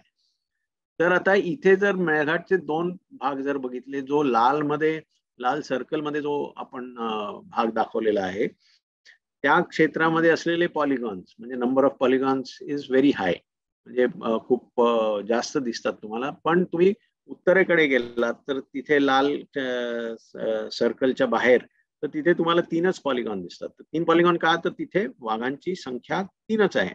म्हणजे हे जे आहेत ते फिमेल टायगर्सची पॉलिगॉन्स आहेत. की आता असं का झालं तर या क्षेत्रामध्ये म्हणजे लेफ्ट हँड साइड किंवा लोअर साइडच्या क्षेत्रामधनं 20 गावांचं पुनर्वसन करण्यात आलं आणि त्याच्यामुळे तिथे वाघांची संख्या अर्थातच खूप मोठ्या प्रमाणात वाढलेली दिसते. आणि वरच्या भागात अजूनही गावांचं अस्तित्व आहे, बऱ्याच मोठ्या प्रमाणात तिथे गाव आहेत आणि त्याच्यामुळे त्यांचं अस्तित्व तेवढं कमी आहे वाघांचं. तसंच हे जर आपण मेल टायगर्सचं बघितलं, मेल टायगर्सची अर्थात रेंज जी असते किंवा एरिया जी असते ती जास्ती असते, त्याच्यामुळे इथे तोच हे दिसतो आपल्याला रिलेशनशिप, जिथून लोकांचं पुनर्वसन झालेलं आहे, गाव जिथनं पुनर्वसित झालेली आहे त्या क्षेत्रामध्ये मोठ्या प्रमाणात वाघ आपल्याला दिसत आहेत, वेळेस जिथून झालेली नाही तिथले वाघ अजून कमी आहेत. आता आपण रस्ते म्हणतो किंवा लिनियर इन्फ्रास्ट्रक्चर म्हणतो, तर त्याच्यामध्ये आपण काय करतो तर काही आपण उपशमन योजना किंवा मिटिगेशन मेजर्स जे म्हणतो ते आहेत. आता समृद्धी हा फोटो अर्थात राईट हँड साइडचा जो फोटो आहे, जो वाघ पुलाखालनं जातोय तो NH44चा आहे, म्हणजे पेंच नागपूर जबलपूर रस्ता जो आहे त्याच्याकडे तिथला आहे. आणि समृद्धी आता जो होऊ घातलेला आहे त्याच्यामध्ये जवळजवळ 2000 स्ट्रक्चर्स प्रपोज केलेली आहेत. त्याच्यामध्ये काही एरियाज म्हणजे नागपूर टू मुंबई किंवा मुंबई टू नागपूर असा तो 700 किलोमीटरचा हायवे आहे आणि 700 किलोमीटर पैकी 117 किलोमीटर असे आयडेंटिफाय करण्यात आले की जिथे वाईल्ड लाईफ फोकस एरियाज आहेत. आणि त्या व्यतिरिक्त non wild life focus areas मध्ये सुद्धा आपण काही स्ट्रक्चर्स प्रपोज केले आणि ते स्ट्रक्चर्स आज होत आहेत. तर असे एकंदर 1800 स्ट्रक्चर्स जे आहेत क्रॉसिंग पॉइंट्स, कारण हा ऍक्सेस कंट्रोल्ड हायवे आहे. ऍक्सेस कंट्रोल्ड म्हणजे काय, एकदा तो म्हणजे जिथून हायवे जाईल तिथे कुठचाही प्राणी किंवा माणूस तिथनं क्रॉस करू शकत नाही हायवेवरनं, त्याला आयदर खालून जावं लागतं किंवा तो अवॉइड करायला लागतो. तर ते करण्यासाठी आपण जसं हा NH44चा फोटो आहे ह्याच्यामध्ये सुद्धा अंडरपासेस झालेले आहेत प्राण्यांसाठी आणि गाड्या ज्या आहेत त्या वरून जातात. सो तिथे आपण जो अभ्यास केला त्याच्यामध्ये असं दिसून आलं की एक 6 महिन्यामध्ये म्हणजे मार्च ते नोव्हेंबर 19 मध्ये एकंदर 4,000-4,500 ॲनिमल्सने क्रॉस केलं. आता त्याच्यामध्ये फक्त वाघाने क्रॉस केलं का तर नाही, तर इतर वेगळ्या प्राण्यांनी म्हणजे सगळ्याच प्राण्यांनी तिथे अस्तित्वात असलेल्या हे पेंच व्याघ्र प्रकल्पाचं बफर एरिया मधला पोर्शन आहे. तर ह्या जिथे जिथे अंडरपासेस तयार झालेले आहेत, तर कारण प्रश्न हाच येतो की एवढा खर्च करायचा का वन्यजीव व्यवस्थापनासाठी, तर तो महत्वाचा आहे. कारण फ्रॅगमेंटेशन झालं तर 2 हॅबिटॅट कट ऑफ होतात आणि दोन्ही हॅबिटॅट कट ऑफ झाले की इकडचे प्राणी इकडे आणि इकडचे प्राणी इथे, आणि मग एक्सचेंज जेनेटिक एक्सचेंज व्हायला पाहिजे, तो होत नाही. आता हे सगळं जे आपण म्हटलं की संख्या वाढली त्याच्या मागे कोण आहे, तर त्याच्या मागे अर्थातच आपले जे फ्रंटलाईन स्टाफ आहे तो सर्वात महत्वाचा, कारण त्याला कुठच्या कंडिशन मध्ये तो काम करतो, आपले गार्ड्स असतील किंवा फॉरेस्टर्स असतील किंवा RFOs असतील, तर ते लक्षात घेणं गरजेचं आहे. बऱ्याच वेळा पोचिंग रोखताना किंवा आग विझवताना किंवा अतिक्रमण काढताना काही आपले कर्मचारी जे आहेत ते इंजुर होतात किंवा काहींना प्राणाला मुकावं लागतं. आणि ह्याला मी जे अनसंग हिरोज म्हणतो, तर ते हे आमचे अनसंग हिरोज आहेत की जे आपण म्हणतो नेहमी की यांनी असं काम केलं, त्यांनी तसं काम केलं, पण फ्रंटलाईन स्टाफवर जे प्रेशर आहे ते खूप मोठ्या प्रमाणात आहे आणि त्याच्यासाठी सुद्धा आपल्याला we have to spare a thought for them. आणि मगाशी आपण म्हटलं की ऑर्गनाइज कोचिंग जे आहे ते आपण बऱ्यापैकी कंट्रोल करू शकलो तर त्याच्यासाठी आपल्याला खूप एजन्सीजची इन्व्हॉल्वमेंट घ्यावी लागली. याच्यामध्ये wild life crime control bureau आहे जे गव्हर्नमेंट ऑफ इंडिया मार्फत राबवलं जाते. WCCB ज्याला म्हणतो, पोलीस यंत्रणा त्यांची मोठ्या प्रमाणात इन्व्हॉल्वमेंट ह्याच्यात असते. तसेच इतर काही एजन्सीज आहेत, काही NGOज आहेत, लोअर ज्युडिशरी ज्यांना सेन्सिटाईज करणं हे अतिशय आवश्यक होतं. कारण नाही तर काय होतं की एखादी घटना घडली, समजा सांबरची शिकार झाली किंवा चितळची शिकार झाली, आता त्या जज समोर दुसऱ्या काही गोष्टी इम्पॉर्टंट वाटतात त्याला, त्यांना सेन्सिटाईज करणं हे अतिशय महत्वाचं होतं. आणि कॉल डेटा रेकॉर्ड अनालिसिस म्हणजे ज्याला CDR अनालिसिस म्हणतो किंवा DNA टेक्नॉलॉजीचा वापर, असं लेटेस्ट टेक्नॉलॉजीचा वापर सुद्धा आपण जो आहे तो करत असतो. आणि याच्यामुळेच जे इंटरनॅशनल किंवा नॅशनल लेवलच्या गँग्स होत्या त्यांना पकडण्यात आपल्याला मोठ्या प्रमाणात यश आलं. 2013, 14, 15, 16 या 4 वर्षामध्ये मोठ्या प्रमाणात ऑर्गनाइज्ड कोचिंग जे आहे त्याच्यावर कंट्रोल आला. आणि ह्या कंट्रोलमुळे नंतर ऑर्गनाइज कोचिंग कमी झालं. पण मी मगाशी म्हटल्यासारखं we can never relax, we have to be all the while on the alert. कारण हे अशा टाईपची लोक जी तुम्हाला तर चित्र दिसतात, सामान्य दिसणारा व्यक्ती पण तो सगळे इक्विपमेंट आणि त्याला लिगल बॅकिंग सुद्धा खूप मिळतं की त्याला अरेस्ट केलं तर त्याला सोडवण्यासाठी सर्वात चांगले जे वकील असतात ते सुद्धा एंगेज केले जातात. आणि ती जे आपण पकडलं त्याच्यामध्ये वेगळ्या वेगळ्या ठिकाणून पकडण्यात आलं, म्हणजे एक नाही तर हे कसं झालं तर हे सायबर सेल किंवा कॉल डेटा रेकॉर्ड अनालिसिस केल्यानंतर वेगळ्या वेगळ्या ठिकाणून हे केल्यामुळे खूप मोठा वचक जे आहे तो बसला आणि त्याच्यामध्ये आपल्याला सक्सेस मिळालं होतं. आता मी एका बाजूला म्हणजे यांचं कौतुक तर केलं कोणाचं की आपले जे कर्मचारी आहेत, अधिकारी आहेत, वनमजूर आहेत, गार्ड आहेत, फॉरेस्टर आहेत, त्याचबरोबर जे लोक जे आहेत ती अतिशय महत्वाची असतात. आणि मी आजही म्हणेन की महाराष्ट्राची जी गावातील लोक आहेत ती खूप टॉलरंट आहेत. टॉलरंट याच्यासाठी म्हणतो की अजूनही बऱ्याच वेळेला मोठ्या प्रमाणात हजारो हेक्टर जे आहे ते त्यांचे शेतीचं नुकसान होतं किंवा मोठ्या प्रमाणात गुरं मारली जातात किंवा लोक मरतात वाघाच्या इंजुरीजमुळे. वाघ आहे किंवा पश्चिम महाराष्ट्रामध्ये बिबट आहे. तर असं असून सुद्धा लोकांचा सपोर्ट जो आहे तो आजही चांगला आहे. म्हणजे compared to other areas in the country आपल्याकडे टॉलरंट लोक आहेत असंच म्हणायला काही हरकत नाही. आणि त्यांच्यासाठी सुद्धा we have to spare a thought for them की अशा वेळेला त्यांची जी उपजीविका आहे, समजा तेंदूपानं कलेक्शन आहे किंवा मोवा कलेक्शन आहे, हे करण्यासाठी ते जेव्हा जातात तेव्हा जे धोके असतात तर ते त्यांना घ्यावे लागतात. आता एक छोटासा वेगळा म्हणजे आपण पॉप्युलेशन वाढली असं म्हटलं 103 वरून 168 मध्ये 190 मग 312, पण या 312 पैकी जवळजवळ 160 एकाच जिल्ह्यामध्ये आहेत. आणि हा एक फार मोठा प्रॉब्लेम आपल्याकडे सध्या आपल्याला सामोरं जावं लागतंय की एका जिल्ह्यामध्ये जर 160 असतील तर एवढे पॉप्युलेशन असल्यामुळे साहजिकच संघर्ष हा वाढणार. जंगल व्याप्त जिल्हा आहे हे मान्य आहे, पण जंगल व्याप्त जरी म्हटलं तरी तो तिथे इंटरस्पर्शन खूप आहे. म्हणजे आता अलीकडे तुम्ही शेरनी हा पिक्चर काही लोकांनी बघितला असेल, त्याच्यामध्ये जसं म्हटलंय ना की यहाँ गाव भी है, यहाँ खेती भी है, यहाँ जंगल भी है, तो उसलिए कॉन्फ्लिक्ट ज्यादा आहे. तर असंच चंद्रपूरचं एक्झॅक्टली असं आहे. आणि याच्यामध्ये जर लोकांची ह्युमन डेथ्स जर आपण बघितले तर गेल्या वर्षी सुद्धा जवळजवळ 33 डेथ्स झाले होते. त्याच्यापैकी 26 डेथ्स जे आहेत ते वाघामुळे झाले होते आणि 7 लेपर्ड्समुळे, एखादा वाईल्ड बोरमुळे सुद्धा झालं असेल. पण major deaths are due to tigers. आणि 2021 मध्ये पण इनफॅक्ट ह्याच्यापेक्षा थोडीशी जास्ती प्रमाणात एकंदर डेथ्स होतील असं दिसतंय, कारण ऑलरेडी संख्या बऱ्यापैकी आहे. आता हे असं का होतं, तर असं आपण जर लक्षात घेतलं तर there are about 63 breeding tigresses. Breeding tigresses म्हणजे काय की ज्या वाघिणी ज्या आहेत त्या प्रजननक्षम आहेत अशा 63 फिमेल्स आयडेंटिफाय झालेल्या आहेत. आता नॉर्मली असं असतं की एकदा ब्रीड झाल्यावर मग 2 ते 3 वर्ष 2 वर्ष साधारण ती परत ब्रीड करत नाही. तर आपण दर 3 वर्षाला एकदा जरी म्हटलं तरी every year 21 tigresses are giving birth to 3 to 4 cubs. आणि म्हणजेच पुन्हा 60-70 वाघ दरवर्षी वाढत आहेत.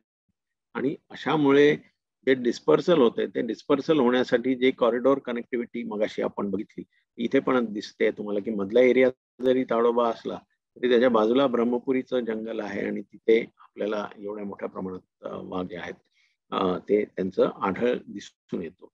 या ब्रीडिंग टायगर्स आणि हे जे कॉन्फ्लिक्ट जो निर्माण होतो तो सर्वसाधारणपणे जे डिस्पर्सिंग टायगर्स असतात म्हणजे जे सब अडल्ट किंवा अडल्टहुड जस्ट प्राप्त झालेले म्हणजे 2 ते 2.5 वर्ष 3 वर्षापर्यंतचे जे ॲनिमल्स असतात किंवा वाघ असतात जे डिस्पर्स करताना त्यांना ऍक्च्युली माहिती नसतं की संघर्ष कुठे कुठे आहे.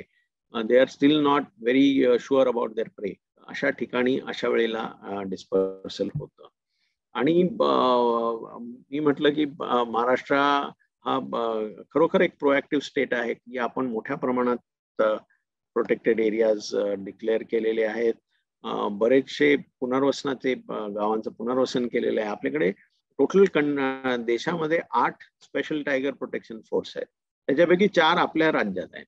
आता हे स्पेशल टायगर प्रोटेक्शन फोर्सचा उपयोग काय? तर आपल्याला प्रत्येक स्पेशल टायगर प्रोटेक्शन फोर्स मध्ये 112 लोक असतात. आपल्याकडे 448 ऍडिशनल वर्कफोर्स आपल्याला मिळाला आणि त्याच्यामुळे आपण चांगलं काम करू शकलो. त्याचप्रमाणे आपण सायबर सेलची निर्मिती केलेली आहे.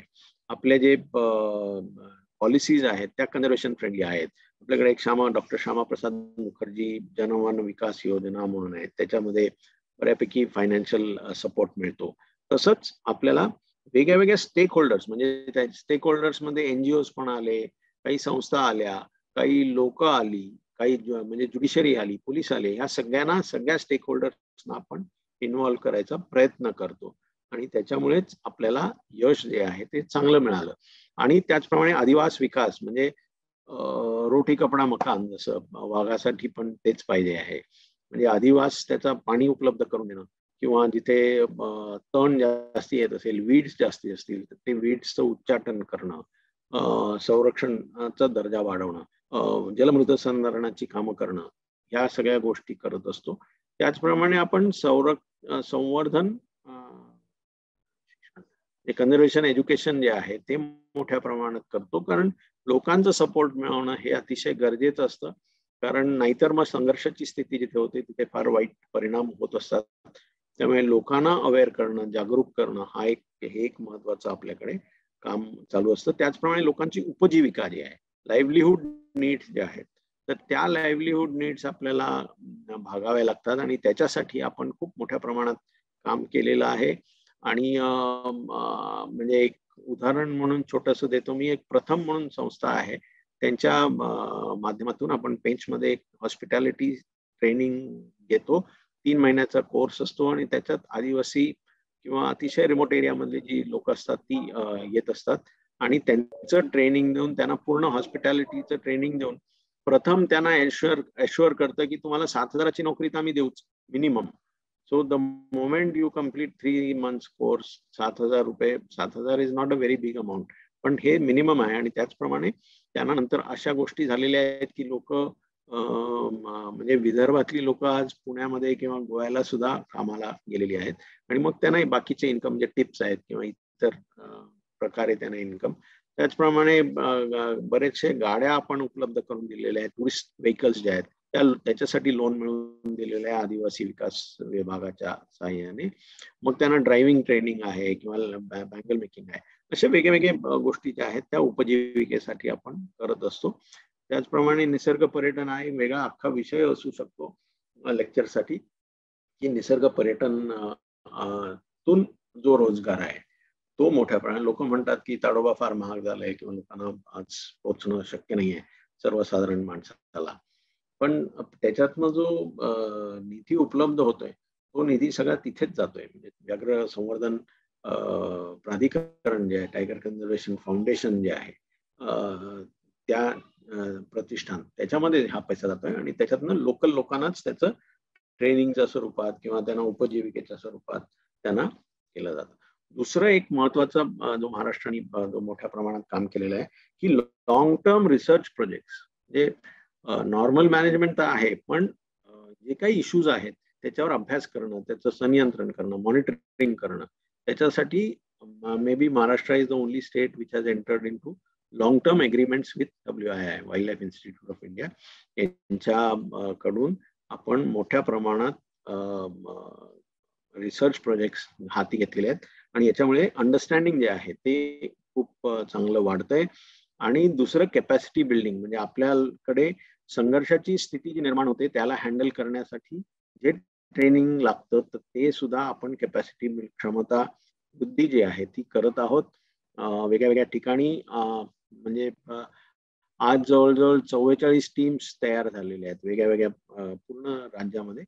आणि अर्थात 44 ते 400 टीम्स होणं गरजेचं आहे, हे पण मला मान्य आहे. पण तरी आपण एक मोठं पाऊल आणि त्यांना सक्षम करणं हा, जेणेकरून संघर्षाची स्थिती जी आहे ती कंट्रोल करता येईल. त्याचप्रमाणे जिथे वन्य प्राणी आढळतात किंवा जे इंज्युअर होतात तर त्यांना ट्रीट करण्यासाठी आपण काही ठिकाणी ट्रान्झिट ट्रीटमेंट सेंटर्स सुद्धा केलेले आहेत. तर वाघाचं संवर्धन करणं किंवा एकंदर वन्यजीव संवर्धन करणं हे एक फक्त वन विभागाचं काम नसून त्याच्यामध्ये सिव्हिल सोसायटी आहे, NGOs आहेत, NGIs आहेत, मीडिया आहे, ह्या सगळ्यांनाच सेन्सिटाईज करणं आणि त्यांच्या सहभागानेच होऊ शकतं. बरेचशा NGOsनी खूप काम केलेलं आहे. ज्युडिशरी जे आहे त्यांना सेन्सिटाईज करणं आणि त्यांना सेन्सिटाईज केल्यामुळे आपल्याला चांगले निर्णय ज्युडिशरीकडनं सुद्धा चांगले मिळालेले आहेत आणि त्यांचा सपोर्टही आपल्याला सतत मिळत राहिलेले आहेत. आणि त्याचप्रमाणे रिसर्च हा एक महत्वाचा भाग वन्यजीव संवर्धनामध्ये आपण करत आहोत. आणि मीडिया सपोर्टमुळे सुद्धा बऱ्याच वेळेला आपल्याला रिपोर्ट्स जे येतात, अर्थात काही नेगेटिव्ह रिपोर्ट्स येतात, काही पॉझिटिव्ह येतात, परंतु एकंदर असं दिसून आलंय की आपल्याला चांगला सपोर्ट मीडियाकडनं सुद्धा मिळतोय. मग हे सगळं चांगलं चाललंय मग आपण कॉम्प्लेसेंट आहोत का, म्हणजे आपण आता शांतपणे बसायचं का? बिलकुल नाही. तर हे जे आहे हे एक सतत चालणारी लढाई आहे आणि या लढाईमध्ये कधी पण जो शत्रू आहे तो फार मागे नाहीये. तो त्याच्यावर आपण पाळत ठेवलीच पाहिजे. We have to be alert at all times. आणि असं झालं तरच आपल्याला वाघाचं संवर्धन जे आहे त्याचा अधिवास जो आहे तो आपल्याला सेफगार्ड करता येईल. जे कॉरिडॉर्स आहेत ते मेंटेन करणं अतिशय गरजेचं आहे. जो संघर्षाची स्थिती आहे ती मॅनेज करणं सतत ती सुद्धा महत्वाची आहे. कारण नाहीतर मग नेगेटिव्हिटी जर लोकांमध्ये वाढली तर मग रिटॅलिएटरी किलिंग्स वगैरे होत असतात आणि अशा घटना होतात अधूनमधून. पण त्या कमीत कमी ठेवणं आणि जे कोणी स्टेक होल्डर्स आहेत, मग तो शेतकरी असेल किंवा गावकरी असेल, तर त्या सगळ्यांना इन्व्हॉल्व्ह करणं. आणि याचबरोबर हे सगळं करत असताना महाराष्ट्रामध्ये आपण आता लेसर नोन स्पीशीज म्हणजे टायगर सेंट्रिक मॅनेजमेंट तर नाही म्हटलं तरी आहेच, पण टायगर सेंट्रिक मॅनेजमेंटच्या ऐवजी आपण आता थोडंसं इतर स्पीशीजवर सुद्धा लक्ष केंद्रित करत आहोत. आपण नुकताच एक state wild life action plan तयार केलाय 2021 ते 2031 असा 10 वर्षाचा. तो शासनाला सादर केलेला आहे आणि शासनाकडनं जर मान्य झालं तर त्याच्यामध्ये 12 वेगवेगळे चॅप्टर्स आहेत आणि 12 चॅप्टर्स मध्ये वेगळ्या वेगळ्या प्रकारे वन्यजीव संवर्धन कसं करता येईल, टुरिझम मॅनेजमेंट कसं करता येईल, रिसर्च मध्ये काय करायला पाहिजे, नवीन संरक्षित क्षेत्र घोषित करायला पाहिजेत का, ती कुठची करायची, या सगळ्याचं एक ऍक्शन प्लॅन तयार करून आपण शासनाला दिलेला आहे. सो थोडक्यामध्ये काय की आज व्याघ्र संवर्धन करणं म्हणजे आपले जे प्रधानमंत्री आहे त्यांनीच म्हटलंय की tiger conservation is not a choice but an imperative. म्हणजे आपल्याला भाग आहे, कारण वाघाचं संवर्धन झालं तरच इतर सगळ्या गोष्टींचं संवर्धन होऊ शकतं आणि त्याच्यामधूनच आपल्याला एक बॅलन्स साधायचा आहे between development and conservation. Thank you very much.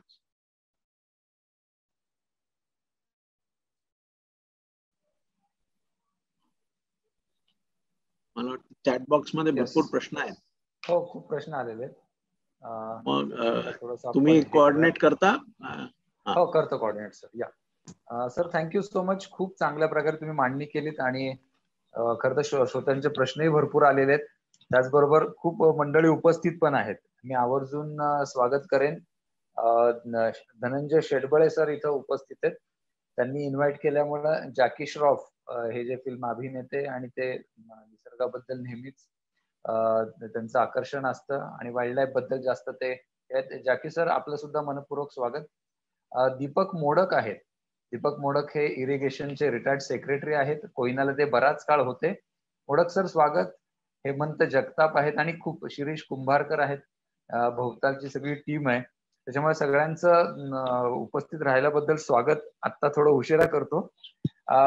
सरांनी खूप चांगल्या प्रकारे मांडणी केली आणि सर तुमच्या मांडणीमधलं सर्वात एक महत्वाची गोष्ट जी मला भावली ती अशी की तुम्ही कुठलीही एकांगी अशी मांडणी केलेली नाही. जी वस्तुस्थिती आहे, जे जे काही झालंय, ज्या ज्या काही भविष्यात करण्याच्या गोष्टी आहेत त्या तुम्ही सांगितल्यात. म्हणजे तुम्ही नुसतंच एका कुठल्या तरी याचा प्रवक्ता अशा यांनी न मांडता तुम्ही एक व्यापक चित्र मांडलं, ते जास्त भावणारं होतं. म्हणजे त्याच्यात काही मर्यादा आहेत ह्या सुद्धा तुम्ही मांडल्यात. So thank you for that. खूपच चांगल्या प्रकारे मांडणी केलेली आहे. मी आता थोडस विनंती करेन. प्रश्न तर भरपूर आलेले आहेत, पण आपण एक हे झालं, कुठलंही प्रेझेंटेशन झालं की एक 2 मिनिटाची कॉमेंट अशी कोणाकडून तरी घेत असतो. तो शेडबळे सर और जाकी सर, तुम्हाला काही कमेंट द्यायला आवडेल? जाकी सर, आप कुछ बोलेंगे सर? जाकी दादा, आवाज आ रही? बिल्कुल आ रही है जाकी दादा. हाँ, फॅन्टास्टिक. पहिले तो सादर प्रणाम, नमस्कार सर्वांना. जास्त काय बोलायला येत नाही. आणि साहेब, इतका मस्त आम्हाला एज्युकेशन इतकं माहित नाही होतं आम्हाला. अभी आहे, वी आर देयर ऑलवेज. मैं आपसे सीखूंगा और मैं बच्चों को सिखाऊंगा. मैं एक माध्यम की तरह हूँ. मेरे बहुत लोग सुनते भी हैं.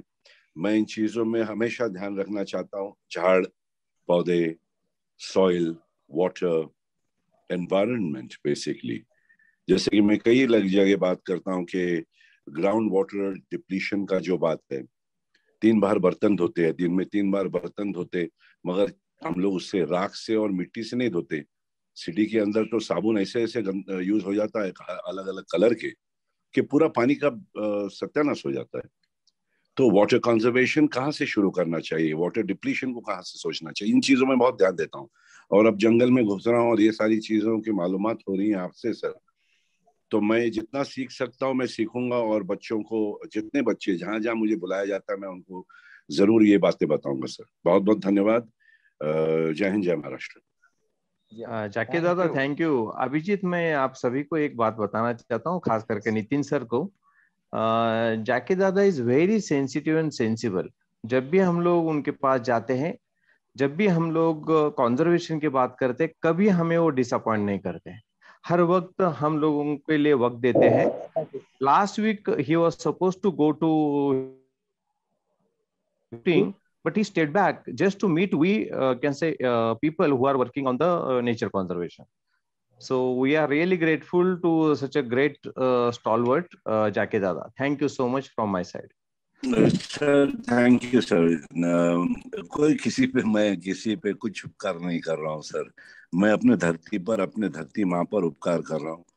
उपकार भी नहीं कर रहा हूँ, दे रहा हूँ वापिस से. मैं जाना तो मिट्टी में ही है और वो खाद बन के कोई झाड़ बन जाएंगे हम. मगर आप लोगों की बात सुन के इतना इंस्पायर होता हूँ, मैं क्या बोलूँ. नितिन साहब, खूब आभारी साहब, खूब आवडलं. Thank you Dhananjay for calling me. Thank you sir. Thank you thank you very much Shroff साहेब. आपका बहुत बहुत धन्यवाद. आणि मराठीतच मी बोलेन. आणि तुम्ही नेहमीच अनुज कडनं सुद्धा तुमच्याबद्दल, अनुज कडनं सुद्धा मी तुमच्याबद्दल ऐकत असतो आणि तुमचं पार्टिसिपेशन बघत असतो. So thank you very much for being a source of inspiration. Thank you. नहीं, आभारी सर, आभार आपका. Thank you sir Dhananjay. All everyone, my respects to your family. Stay safe. भेटूया लवकर, भेटूया. Thank you so much. धन्यवाद, धन्यवाद, धन्यवाद सर. धन्यवाद. Okay, bye bye. See you sir. धन्यवाद. आपण पुढचे प्रश्न घेऊयात. काही भरपूर प्रश्न आलेले आहेत. त्यातले एक 2-3 प्रश्न सुरुवात करूया. सर, मोडक सर बोला. दीपक मोडक बोलतोय. मी काही प्रश्न लिहून पाठवला नाहीये, पण मगाशी एक मन प्रोजेक्टवर थोडासा कॉमेंट्स ऐकले सरांच्या, म्हणून मला एक जस्ट क्युरिओसिटी आहे म्हणून काकोडकर सरांना एक विचारायचा आहे प्रश्न की because of the construction of dam maybe we are losing the corridors and there will be separation of the forest. But are there any ways or means that we can reroute the corridors by some artificial means and put encircling around the dam or the reservoir so that we won't have interruption in the corridors? Is there any way of doing this? Just please let me know. And further, are the same corridors used by tigers, leopards, and other wildlife? Please tell me. Modak साहेब नमस्कार. आपण भेटलोय कधीतरी पांडे डॉक्टरांच्या कोर्सला आपण एकदा भेटलोय.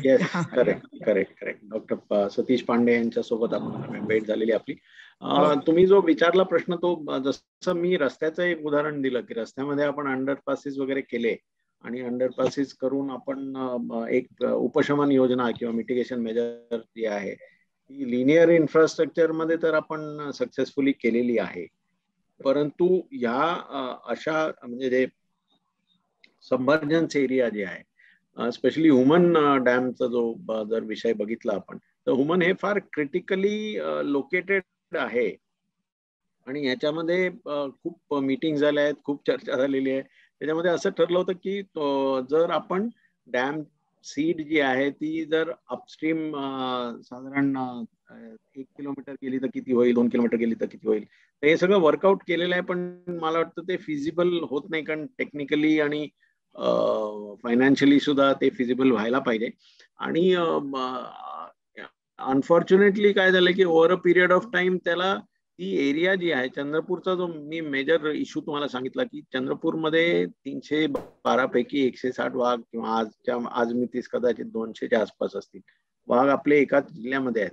आणि त्या जिल्ह्यामधला कुठचाही एरिया आपण जर ब्रेक करत असलो तर त्याचे कॉन्सिक्वेन्सेस फार घातक होऊ शकतात. आणि म्हणूनच ह्युमनला वारंवार जो इश्यूज रेज केले जात आहेत ते त्याच एका कारणास्तव मध्ये आपले जे मंत्री महोदय जयंत पाटील साहेब त्यांच्यासोबत सुद्धा मीटिंग झाल्या होत्या आणि तेव्हा सुद्धा असं एक विचार मांडला गेला होता की ओव्हरपास करता येईल का की जिथे सबमर्जन्स आहे तर सबमर्जन्स वरून. तर these are things which are म्हणजे कसं आहे की फायनान्शियली सुद्धा वायबल असायला पाहिजेत आणि म्हणून कदाचित हे इश्यूज येतात. म्हणून मग लॉंग टर्म प्लॅनिंग मध्ये जर आपण हे इश्यूज हँडल केले तर कदाचित प्लॅनिंग स्टेजला आपण जर ह्या सगळ्यांचा विचार केला तर मग डिझाईन स्टेज मध्येच आपल्याला काही गोष्टी करू आपण शकतो. उपशमन योजना linear infrastructure it is much easier. जसे कनाल्स आहेत कनाल्सवर आज आपण गोसीखुर्द आहे गोसीखुर्दच्या कितीतरी कनाल्सवर आज आपण ओव्हरपासेस तयार केलेले आहेत ऑलरेडी आणि अजूनही होऊ घातलेले आहेत. कॅनल्सच्या बाबतीत शक्य आहे पण सबमर्जन्स एरिया बद्दल थोडस प्लॅनिंग स्टेजला जर केलं तर शक्यता काहीतरी होऊ शकते. Thank you. Thank you sir. Thank you for reply. Thank you. वेगवेगळे प्रश्न आलेले आहेत. धनंजय शेटबळे, अमित काळे, शिरीष कुंभारकर यांनी विचारलेले आहेत. शिरीष कुंभारकरांचे 2 प्रश्न घेऊयात.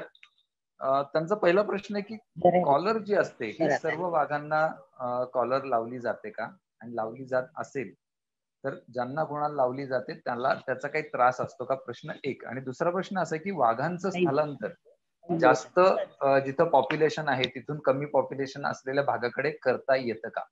हे 2 प्रश्न त्यांच्या घेऊयात मग आपण पुढे जाऊया. पहिला प्रश्न जो आहे तो कॉलर सगळ्या वाघांना लावली जाऊ शकते का, तर नाही सगळ्यांना वाघ, कारण कॉलर लावण्यामध्ये काय आहे की एक तर there is a risk involve, कारण तुम्हाला ट्रँक्युलाइज करावं लागेल, तुम्हाला तो वाघ बेशुद्ध करावा लागेल आणि मग ती कॉलर फिट करावी लागेल, नंबर 1. आणि तर त्याच्यामध्ये देर इज अ रिस्क की द ॲनिमल मेड आहे. आज बऱ्यापैकी म्हणजे टेक्नॉलॉजी बऱ्यापैकी डेव्हलप झालेली आहे की ज्याच्यामध्ये असे डेथ्स फार रेअरली होतात पण होऊ शकतात. So that is number 1. पण त्याच्यापेक्षा महत्वाचा हा भाग आहे की त्याचं मग मॉनिटरिंग, नुसते कॉलर लावून सोडून दिलं तर काही उपयोग नाही, त्याचं मॉनिटरिंग व्हायला पाहिजे. तर त्याची आवश्यकता आहे का तेवढ्या मॉनिटरिंगची, तेवढ्या इंटेन्सिव्ह मॉनिटरिंगची. तर त्यामुळे सगळ्या वाघांना कॉलर आपण लावत नाही. आपण आज मी माझ्या मते 15 ते 17 वाघांच्याच कॉलर्स आहेत as of today. Although we have a regular project going on, तरी सुद्धा तेवढंच. So it is a sampling based exercise monitoring जे आहे. आणि because of the risk involved and because of the issues of monitoring involved. आणि गरज आहे का तो हा महत्त्वाचा प्रश्न आहे. दुसरा प्रश्न त्यांनी विचारला की स्थलांतरण म्हणजे रिलोकेशन करता येतं का, म्हणजे एखाद्या एरियातले वाघ उचलून दुसरीकडे पाठवता येतात का. तो हो, टेक्निकली पॉसिबल आहे आणि ते पाठवायचा तसे प्रयत्नही सुरू आहेत. पण त्याच्यासाठी नुसते वाघ पाठवून चालणार नाही. फॉर एक्झाम्पल एक आपण उदाहरण जर घेतलं की समजा चंद्रपूर जिल्ह्यात खूप वाघ आहेत, तर चंद्रपूर जिल्ह्यातले वाघ उचलून आपण मेळघाटमध्ये पाठवले किंवा सह्याद्रीला आणले, तर सह्याद्रीत आपण म्हणतो की सह्याद्री व्याघ्र प्रकल्पामध्ये खूप कमी वाघ आहेत. पण मुळातच वाघ कमी का आहेत कुठच्याही क्षेत्रामध्ये, किंवा गडचिरोली जिल्ह्यामध्ये वाघ कमी आहेत, जंगल खूप आहे पण वाघ कमी आहे. तर तिथे जे उपलब्ध भक्ष्य आहे, उपलब्ध अधिवास आहे, तिथे असलेले प्रेशर्स जे आहेत ते आधी कंट्रोल करायला पाहिजे आणि मग वाघांचं स्थलांतरण करणं योग्य राहील. तर त्या दृष्टीने आपली कामं म्हणजे प्रयत्न सुरू आहेत. जसं आज आपण सह्याद्री व्याघ्र प्रकल्पामध्ये हरणांची संख्या वाढवतोय, म्हणजे हरणं पहिले स्थलांतरण करत आहोत. सागरेश्वर मधनं म्हणा किंवा राजीव गांधी प्राणी संग्रहालय जे आहे कात्रजला, तिथून काही हरणं आपण तिथे त्याचा प्रेबेस वाढवायचा. प्रेबेस वाढवल्यानंतर मग कदाचित एकदा भक्ष्य वाढलं की मग वाघ स्थलांतरण करता येऊ शकतात. तर अशा गोष्टी आहेत. किंवा काही ठिकाणी समजा शिकार होत असेल मोठ्या प्रमाणात, गडचिरोलीमध्ये तो इश्यू आहे की भक्ष्याचा शिकार मोठ्या प्रमाणात होतो. अशा ठिकाणी मग ते कॅटल डिपेंडंट होतील. कॅटल डिपेंडंट झाले की मग ते संघर्ष वाढेल. तर natural ways to allow dispersal, natural dispersal of tigers into new areas. पण हा पण एक मार्ग आहे की त्यांना उचलून म्हणजे काही वाघ इकडचे काढून दुसरीकडे स्थलांतरण करता येऊ शकतात. थँक्यू. Yes, thank you. पुढचे 2 प्रश्न अमित काळेंचे घेऊयात. शिकारीच्या संदर्भात आहेत. शिकार वाघाची जी होते तर त्याला शिक्षा काय असते हा एक प्रश्न. आणि दुसरा, वाघ दत्तक घेण्यासंदर्भात काही नियम अटी आहेत का. पहिला जो भाग आहे की शिकार जी होत असते तर त्याच्यावर शिक्षा किती आहे. तर वाईल्ड लाईफ प्रोटेक्शन ऍक्ट मध्ये मॅक्सिमम शिक्षा जी आहे ती वाघाच्या शिकारीसाठी 7 वर्ष आहे. म्हणजे 7 वर्षापर्यंत त्याला शिक्षा होऊ शकते. त्यामुळे that is the maximum. 3 to 7 years असं आहे त्याच्यात. आणि जो प्रश्न असा होता की दत्तक घेण्याची योजना काही आहे का. तर झूज मध्ये अशी योजना आहे. म्हणजे काही झू मधले जे वाघ आहेत त्यांना दत्तक घेण्याची योजना नक्कीच आहे. पण असे ओव्हरऑल दत्तक घेण्याची योजना नाही. परंतु तुम्हाला जर व्याघ्र संवर्धनामध्ये कोणाला इंटरेस्ट असेल की वाघाचं संवर्धन व्हायला पाहिजे, तर वाघ दत्तक न घेता तुम्ही प्रत्येक टायगर रिझर्वला एक टायगर कन्झर्वेशन फाउंडेशन तयार आहे आणि त्या फाउंडेशनला तुम्ही काही डोनेशन देऊ शकता directly in the form of cash or in the form of some material. समजा तुम्ही असं ठरवलं की मला आता परवाच एक पुण्यातलेच एक व्यक्ती आहेत, तर त्यांनी त्यांच्या नवऱ्याच्या जे रेग्युलरली ताडोबाला व्हिजिट करायचे, तर त्यांच्या स्मरणार्थ त्यांनी 5 लाख रुपये प्रोटेक्शन हटच्या सुधारणेसाठी दिले. आणि मग आपण ते केलं आणि मग त्यांना फोटो वगैरे पाठवले की असे आम्ही सुधार.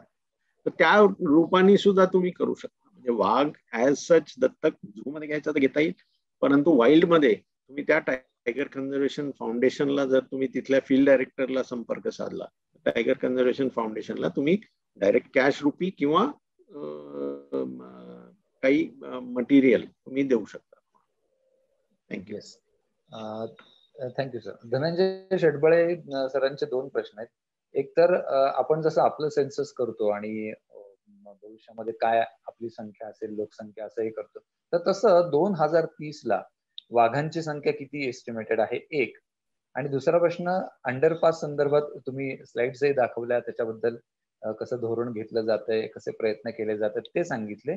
तर हे धोरण आणि हे उपाय जे की खूपच चांगले आहेत, ते केंद्र आणि राज्याकडून भविष्यात सुद्धा कायम राहू शकतील का, असे त्यांचे दोन प्रश्न. म्हणजे मी पहिला अंडरपासचा विषय घेतो. आजच मी इनफॅक्ट बातमी वाचली की मॉर्चचे जे मिनिस्टर आहेत गडकरी साहेब, नितीन गडकरी, त्यांनी लोकसभेमध्ये उत्तर दिलं की गेल्या काही 3 वर्षामध्ये वाघाचा मृत्यू कुठच्याही नॅशनल हायवेवर झाला नाही, असं एक उत्तर दिलं. आणि त्याच्यामध्ये मग त्यांनी म्हटलं की याच्यासाठी जे अंडरपासेस आहेत त्याच्यामुळे संख्या जी आहे ती बऱ्यापैकी नियंत्रणात आलेली आहे. तर दॅट इटसेल्फ शोज की the government of India is also very serious about. आता एक धोरण म्हणूनच त्यांनी स्वीकारलेलं आहे की कुठचाही मोठा हायवे डिझाईन करताना त्याच्यासाठी अंडरपासेस किंवा मिटिगेशन मेजर्स हे त्याच्या कॉस्टमध्येच इन्क्लूड करायचे. जसं समृद्धीचं मी उदाहरण दिलं, तर समृद्धी प्लॅनिंग स्टेजलाच त्यांनी वाईल्ड लाईफ इन्स्टिट्यूटला कॉन्टॅक्ट केलं आणि एक ग्रीन हायवे बनवण्याच्या दृष्टीने जवळजवळ 1785 किंवा 1800 स्ट्रक्चर्स वेगळ्या वेगळ्या प्रकारचे, वेगळ्या वेगळ्या विड्थचे, वेगळ्या वेगळ्या उंचीचे असे त्यांनी डिझाईन केले. सो दे हॅव, म्हणजे एक पॉलिसी म्हणून गव्हर्नमेंट ऑफ इंडियानी पण एग्री केलंय, गव्हर्नमेंट ऑफ महाराष्ट्राने पण एग्री केलेलं आहे की प्रत्येक वाईल्ड लाईफ क्लिअरन्स साठी जेव्हा प्रस्ताव येतो की कुठेही जंगल क्षेत्र जात असेल किंवा एखाद्या वाईल्ड लाईफच्या दृष्टीने महत्वाच्या एरियामध्ये जात असेल, तर तिथे त्यावेळेस मिटिगेशन मेजर हे घ्यायलाच पाहिजे. तर असं एक धोरणच स्वीकारण्यात आलेलं आहे. पहिला प्रश्न जो त्यांचा होता की एस्टिमेशन 2030 मध्ये साधारण वाघाची संख्या किती असू शकते किंवा असा काही एक अंदाज केलेला आहे का, तर याच्यामध्ये पण एक असं आहे ना की पोटेन्शियल किती आहे. म्हणजे कोणीतरी असा एक अंदाज व्यक्त केला आहे की आज जरी आपण 2967 किंवा 3000 वाघ आहेत असं आपण एक एस्टिमेट केलं 2018 मध्ये, तर ऍक्च्युअल पोटेन्शियल भारताचं जे आहे ते खूप जास्ती आहे. जवळजवळ 20,000 वाघ इथे राहू शकतात. 20,000 वाघ राहू शकतात म्हणजे काय, हे गणित केलं तर 20,000 वाघ राहू शकतात, पण गणित सोपं नाही आहे. त्याला कॉन्फ्लिक्ट इश्यूज आहेत, त्याला लोकांचा संघर्ष आहे. पण आपण जेवढ्या त्याच्यामध्ये महत्वाचं हे आहे की युनिफॉर्मली डिस्ट्रीब्युटेड आहेत का, म्हणजे जिथे जिथे पोटेन्शियल एरियाज आहेत तिथे वाघांचं प्रमाण बऱ्यापैकी आहे का, हा एक भाग झाला त्याच्यातला. आणि सो युनिफॉर्म डिस्पर्सल होतंय का, म्हणजे हे कॉरिडॉर कनेक्टिव्हिटी चांगली आहे का, ही जर असेल तर मग डिस्पर्सल चांगलं होईल आणि वाघांची संख्या वाढत राहील. पण एका पर्टिक्युलर कॅरिंग कॅपॅसिटीच्या पलीकडे ती वाढू शकणार नाही. त्यामुळे माझ्या मते, म्हणजे माझा एक इन्फॉर्म्ड अंदाज जर तुम्ही म्हटलात तर भारतामध्ये maybe around 4,000 tigers and not more than that is the potential of the tiger numbers. It can go up to that in case we do all these things. म्हणजे मगाशी कॉरिडॉर कनेक्टिव्हिटी जर ठेवली, संरक्षणाचा दर्जा वाढवला तर ते शक्य आहे. Thank you. Yes, thank you sir. Sanjay Waghmare यांचा प्रश्न आहे की ते पारनेर म्हस्केवाडी इथून जॉईन झालेले, की त्यांच्या परिसरात वाघ आल्याची चर्चा होती, त्याच्याबद्दल बरंच हे झालं. पण त्यांचा प्रश्न असा आहे त्याच्या निमित्ताने की वाघ अभयारण्य सोडून किंवा त्याच्यासाठीचं राखीव क्षेत्र सोडून बाहेर काय येतात?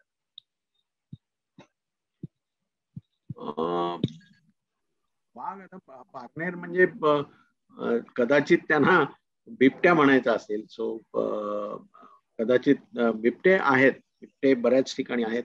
शुगर केन फील्ड्स मध्ये बिबटे, leopard is much more adaptable than the tiger असं म्हटलं जातं आणि तसं दिसून आलेलं आहे. कारण त्याला अधिवास जो लागतो तो अनडिस्टर्ब्ड एरिया मिळाली तर तो तिथे आरामात राहू शकतो. तर तो एक भाग आहे. पण जर वाघ समजा वाघ बाहेर काय येतात, तर बाहेर याच्यासाठी येतात की त्याला जर संघर्ष तिथे वाढला, म्हणजे कॉम्पिटिशन वाढली. जर समजा जास्ती वाघ एका एरियामध्ये राहायला लागले तर नॅचरल आहे की जो एवढा हे नसतो, केपेबल नसतो तो वाघ तिथेच राहतो, तो तिथून बाहेर पडतो किंवा मग त्याचं टेरिटोरियल फाईट्स होऊ शकतात. तर अशामुळे वाघ बाहेर येतो आणि वाघ नक्कीच म्हणजे if the number increases beyond it's carrying capacity तो नक्कीच बाहेर येऊ शकतो. थँक्यू. थँक्यू. स्मित आणि ऋतू किशोर काठोळे यांनी हातवर केलं, पण त्याच्यात एक छोटासा प्रश्न श्रीपाद यांचा प्रश्न आहे. बंदीपूर किंवा कर्नाटक आणि तामिळनाडूच्या सीमेवरचं मधुमलाई राखीव जंगल जे तिथं वाघ आहेत का? हो, म्हणजे इनफॅक्ट बंदीपूरमध्ये सर्वात म्हणजे मोठ्या प्रमाणात वाघ आहेत. It is one of the tiger reserve which has the maximum number of one of the areas which has the maximum number of tigers. आणि आपण जर तुम्हीच त्यांनी जे म्हटलेलं आहे की बंदीपूर, मुदुमलाई आणि इनफॅक्ट केरळातलं सुद्धा जे जंगल आहे ते सगळं एकत्रच आहे. म्हणजे एक ब्लॉक आहे, तो ब्लॉक ऑफ फॉरेस्ट, आणि तो कॉम्पॅक्ट ब्लॉक असल्यामुळे तिथे वाघांची संख्या मोठ्या प्रमाणात आहे. येस. स्मित आणि ऋतू किशोर काठोळे पालघर वरून आहेत, त्यांनी हातवर केलाय. तुमचा प्रश्न विचारा. हा सर, आम्ही तानसा अभयारण्याच्या जवळ राहतो, म्हणजे तानसा अभयारण्यातच राहतो किंबहुना. आमच्या भागात आमच्या लोकांकडून अनेकदा आम्ही वाघाच्या शिकारीच्या गोष्टी ऐकल्यात. वाघ दिसल्याच्या अजून म्हणजे आतापर्यंत उन्हाळ्याच्या दिवसांमध्ये मोडक सागर वैतरणा धरणाच्या आसपास वाघ असल्याच्या लोकांची म्हणजे निरीक्षण आहेत. पण आज तक कधीही पट्टेरी वाघ तानसा अभयारण्यात आहे त्याच्या कुठेही सरकारी डॉक्युमेंट्स मध्ये नोंदी नाही, आणि असं का?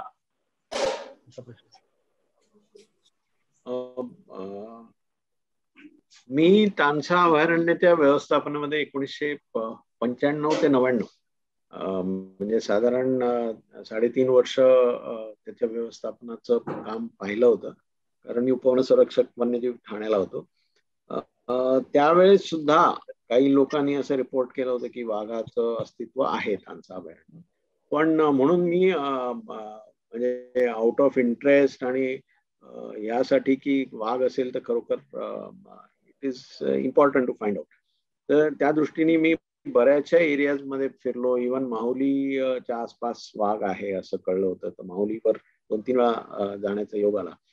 तर परंतु असं पट्टेरी वाघाचं अस्तित्व तरी आम्हाला त्यावेळेसही दिसून आलं नाही. पण पट्टेरी वाघ तिथे होते पूर्वी, फार पूर्वी, कारण तिथे रेकॉर्ड आहेत. म्हणजे जुने प्लॅन्स जर बघितले तर त्याच्यामध्ये शूटिंग परमिट इश्यू झालेला आहे वाघासाठी त्यावेळेस, म्हणजे जेव्हा अलाउड होतं शूटिंग. त्यामुळे पट्टेरी वाघ नव्हते असं नाही आहे, परंतु आज मितीस तिथे कोणताही रेकॉर्ड नाही, हेही तितकंच खरं आहे. आणि असे कुठेही रेकॉर्ड आजकाल काय झालं की कॅमेरा ट्रॅपमुळे सोपं झालंय. म्हणजे खरोखर तिथे एखाद्या एरियामध्ये वाघ असेल आणि तुम्हाला जर कोणी सांगितलं असेल की एखाद्या एरियामध्ये वाघ सापडलाय किंवा दिसलाय कोणाला तरी किंवा खुणा दिसल्यात, तर तुम्ही जरूर तिथल्या लोकल डिपार्टमेंटला, तिथले जे कोणी रेंज फॉरेस्ट ऑफिसर असतील त्यांना सांगा. ते कॅमेरा ट्रॅप्स लावून म्हणजे अगदी दिवसा जरी फिरत नसला तर रात्री कधीतरी फिरत असेल तर ते कॅमेरा ट्रॅप मध्ये कॅप्चर होऊ शकतात. थँक्यू. सर, याला जोडूनच एक प्रश्न आहे अभिजित सर. हा, घ्या. एकच मिनिट. म्हणजे मला असं वाटतंय का तानसा अभयारण्य स्पेशली मुंबईच्या पाणी पुरवठ्याचं एक मोठं सोर्स आहे, आणि इतर डेव्हलपमेंटला काही अडथळा येऊ नये जर व्याघ्र प्रकल्प डिक्लेअर झाला तर. त्याच्यासाठी म्हणून एवढ्या वर्षानुवर्ष इकडच्या वाघाच्या नोंदी दडपल्या जातात का, असा एक जस्ट एक इकडचा नागरिक म्हणून मला एक शंका येते. आणि दुसरं म्हणजे प्रत्यक्ष पाहिल्याच्या म्हणजे अजून म्हणजे आतापर्यंत दरवर्षी उन्हाळ्यात त्याच्या अफवा की काही मला माहिती नाही, पण काही लोकांनी डोळ्यांनी पाहिलेले, ज्यांनी दृष्टीने पाहिले, हो मी इथे वाघ पाहिला, अशा नोंदी अगदी आत्तापर्यंत ऐकल्यात. आणि जाणून बुजून वाघ इकडे आहे हे कागदावर कधी आणलं जात नाही, असं काही आहे का? असं एक पॉलिटिकल याच्या मागे इश्यू असतो. नाही, असं बिलकुल नाहीये. कारण मी सांगितल्यासारखं की कुठचाही प्रकल्प येईल आणि त्याला वाघ असल्यामुळे अडथळा येईल, हा दृष्टिकोन ठेवून तर नक्कीच असं कधी होत नाही. मी म्हटल्यासारखं जर एखादी एरिया असेल की जिथे वाघाचं अस्तित्व खरोखरच कोणीतरी पाहिलेलं आहे, तर त्याच्याबद्दल जर माहिती दिली तर तिथे कॅमेरा ट्रॅप्स लावून आपल्याला क्रॉस व्हेरीफाय करता येईल. नंबर 1. नंबर 2 असं की बऱ्याच वेळा वाघ म्हणताना बिबट्या, म्हणजे तुम्ही पट्टेवाला वाघ म्हणालात म्हणून मी तुमच्या याच्याबद्दल शंका उपस्थित करत नाहीये, पण बऱ्याच वेळा बिबट्याला सुद्धा वाघ म्हटलं जातं. किंवा हायना, जे तरस जे आहे की त्याला पट्टे असतात, तर तरसाला सुद्धा वाघ म्हणून बऱ्याच वेळा म्हणजे असा गफलत होते लोकांकडनं. तर असं असल्यामुळे ते होऊ शकतं. पण जर वाघ असेल तर खरोखर चांगली गोष्ट आहे आणि अतिशय आनंदाची गोष्ट राहील की तिथे वाघ दिसून येत आहेत. तर असं काही एखादी एरिया असेल, कारण तानसा हे जवळजवळ 300-325 स्क्वेअर किलोमीटरची एरिया आहे.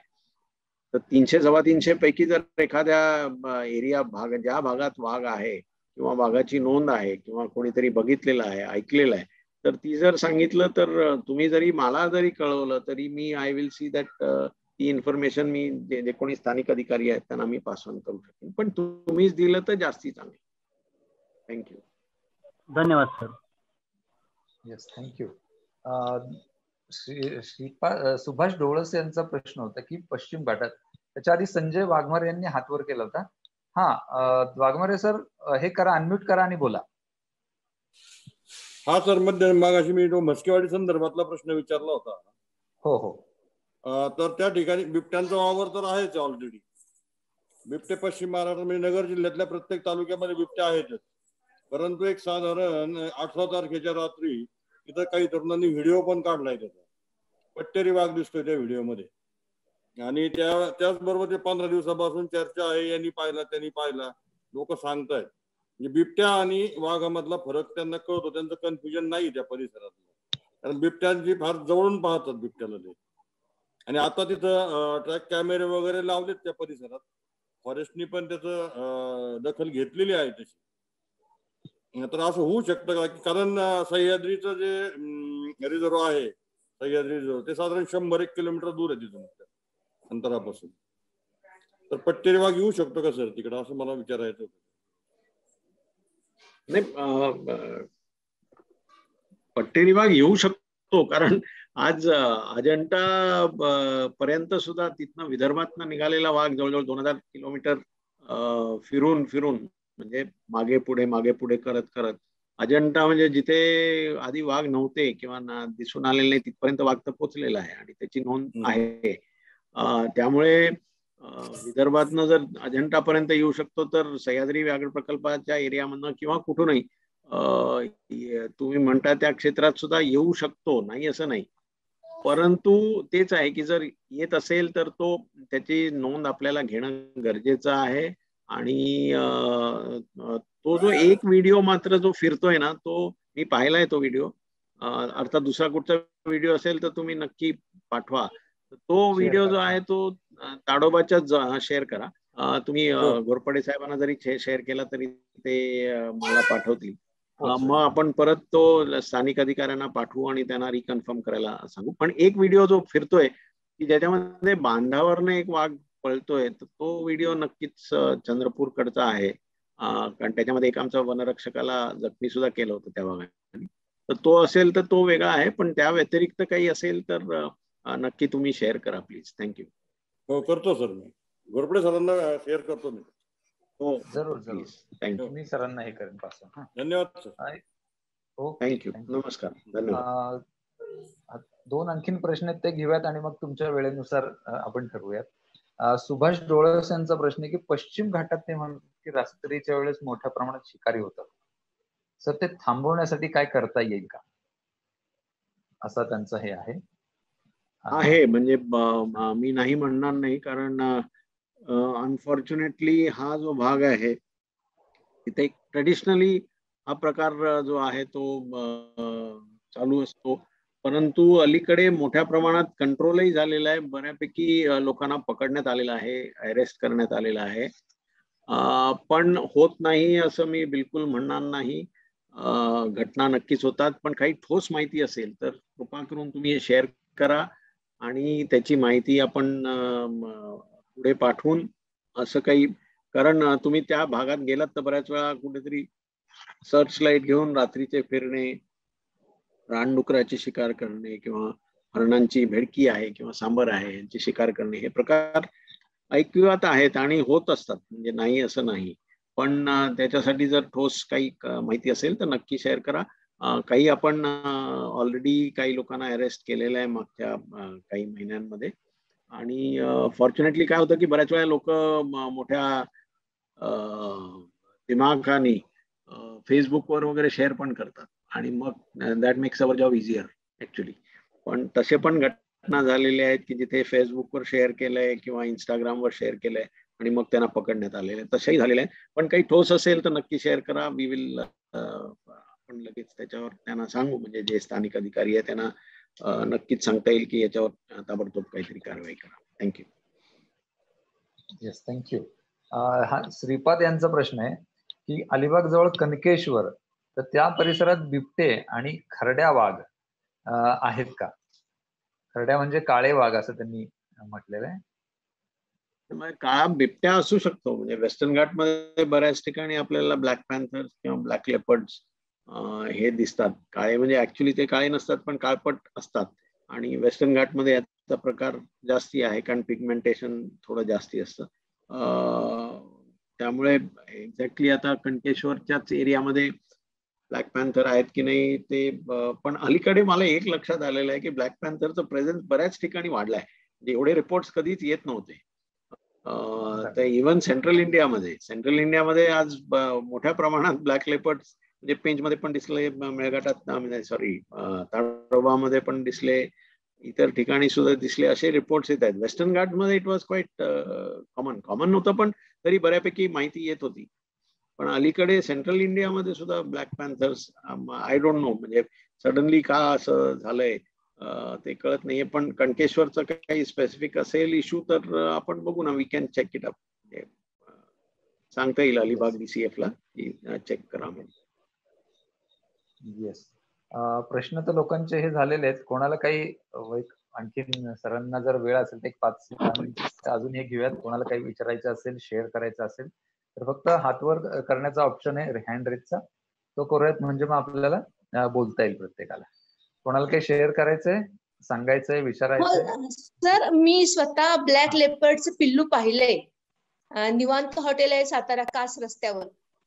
आम्ही रात्री येत होतो आणि आमच्या गाडीला ते गाडी समोरून गेलं, तर आम्हाला वाटलं की ते कुत्र्याचं पिल्लू वगैरे किंवा असं काहीतरी वाटलं आधी, पण नव्हतं. कारण त्यानंतर 2 दिवसांनी शेंद्रे रस्ता जो आहे, म्हणजे कोल्हापूर सातारा रस्ता, जिथे अजिंक्य तारा साखर कारखाना आहे, तिथे ऍक्सिडेंट मध्ये ब्लॅक पॅन्थर हे गेला, ऍक्सिडेंटने मारला गेला. तेव्हा लक्षात आलं की ते ब्लॅक लेपर्डच आहे. हा, असू शकतं, म्हणजे नाही असं नाहीच मी म्हणत आहे. ब्लॅक पॅन्थर आणि पश्चिम घाटात क्षेत्रामध्ये जास्ती प्रमाणात म्हणजे आढळ आहे कम्पॅरेटिव्हली, म्हणजे सेंट्रल इंडियाला कम्पेअर केलं तर. पण अलीकडे सेंट्रल इंडियामध्ये पण बऱ्यापैकी केसेस दिसून येतात. Thank you sir. Thank you. Yes, Amit Kale Ahmednagar वरने त्यांनी हँड रेज केलाय. हा बोला अमित सर, बोला. सर, माझा प्रश्न असा आहे की जगात इतर देशांमध्ये जे वाघ आढळतात आणि आपल्या भारतामध्ये जे वाघ आढळतात याच्या प्रजातीमध्ये नक्की काय फरक आहे आणि वाघांमध्ये काही इव्हॉल्वमेंट अशी काही झाली आहे? जगातील इतर देशामध्ये जर आता आपण रशियातला जर वाघ बघितला तर तो फार मोठा आहे, म्हणजे सायबेरियन टायगर ज्याला म्हणतो. आणि त्याचं मोठं होण्याचं कारणच हे असू शकतं की तिथे थंड प्रदेश आहे. थंड प्रदेश असल्यामुळे त्याचा कोट जो आहे किंवा फॅट कंटेंट जे आहे ते जास्ती असायला पाहिजे, कारण मग त्याला काही लीन पिरियड असेल की ज्याच्यामध्ये त्याला खाद्य मिळत नाही. आणि अशा वेळेला सायबेरियन टायगर तर सर्टनली मच बिगर. आपल्याकडे सुद्धा मी म्हणजे फरक मला पर्सनली जाणवला की मेळघाट मधले वाघ जे आहेत ते जास्ती मोठे दिसतात आणि आहेत म्हणजे साईज मध्ये. आणि त्याचंही कारण टेरेन असू शकतं की जिथे डिफिकल्ट एरियाज आहेत तिथे जास्ती थोडे मोठे वाघ असू शकतात. जसं तुम्ही सायबेरियन किंवा इंडोनेशिया किंवा बाली या क्षेत्रामध्ये गेलो तर तिथे वाघ त्यांची साईज छोटी दिसते, म्हणजे सबस्टॅन्शियली स्मॉलर दिसून येतात. हे कळतं की हे लहान आहेत. तर सो इव्हॉल्व्ह झालाय म्हणजे आता आपल्याकडे तर एकच आहे पॅन्थेरा टायग्रिस. इव्हॉल्व्ह ह्याच्यामध्ये असा झालेला आहे तो की it is now more adaptable than what it was. म्हणजे पूर्वी आम्ही म्हणायचो की वाघ म्हणजे माणसं दिसली की वाघ दिसणारच नाही, पण आज वाघ एवढे अडॅप्टेबल झालेले आहेत की ते हेच एक एक्झाम्पल आहे की जे टिपेश्वरवरून निघून फार ज्ञानगंगा म्हणजे बुलढाणा जिल्ह्यामध्ये पोहोचले वाघ. ते अडॅप्टेबल ह्याच्यासाठी की तो शेतीमधनं पण गेला, ओपन एरियामधनं पण गेला, कॉटन फील्ड्स मधनं गेला, कापसाच्या शेतीमधनं गेला, नदी नाल्याने गेला. इट इज मोर काय अडॅप्टिव्ह टू ह्युमन डिस्टर्बन्स असं नक्कीच झालेलं आहे. त्याचप्रमाणे जे इव्हॉल्व्ह दुसरे ठिकाणी म्हणजे दुसऱ्या एक्स्ट्रीम म्हणजे टुरिझम एरियाज म्हणजे जिथे हाय हेवी टुरिझम आहे, जसं ताडोबा आहे फॉर एक्झाम्पल, किंवा कान्हा आहे, किंवा पेंच असेल, तर तिथे अगदी जिप्सीच्या बाजूनी जाणारे वाघ दिसतात. वाघ हा एल्युसिव्ह जनावर, जसं क्रिप्टिक हा शब्द मगाशी वापरला होता असा मानला जायचा. पण आज जिथे टुरिझम प्रेशर खूप जास्त आहे, तिथे तो लहानपणापासूनच टुरिस्ट बघतोय, गाड्या बघतोय, तो अक्षरशः 2 गाड्यांच्या मधून सुद्धा जाणारा वाघ आपल्याला दिसतो. तसा तो नक्कीच इव्हॉल्व्ह होतोय किंवा झालेला आहे. पण जेनेटिकली इव्हॉल्व्ह मला माहित नाही, म्हणजे I don't know whether there is substantial difference amongst the race, म्हणजे सब स्पीशीज, नॉट रेस. या थँक्यू. श्रीपाद यांनी हात वर केलेला आहे. हा श्रीपाद, विचारा, अनम्यूट करून बोला.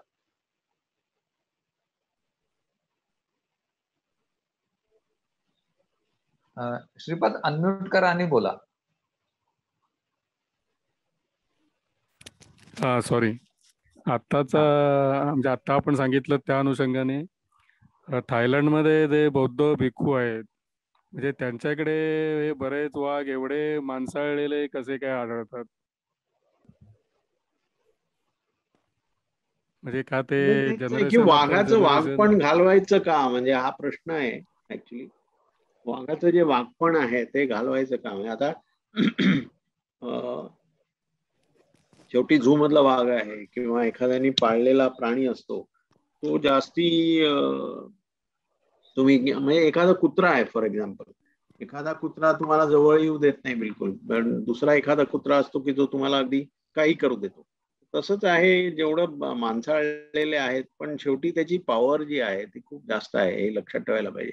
त्यामुळे वाघाचं वाघपण घालवलं जरी तो मुळात वाघ आहे, त्याचे बेसिक इन्स्टिंक्ट्स तसेच राहणार आहेत.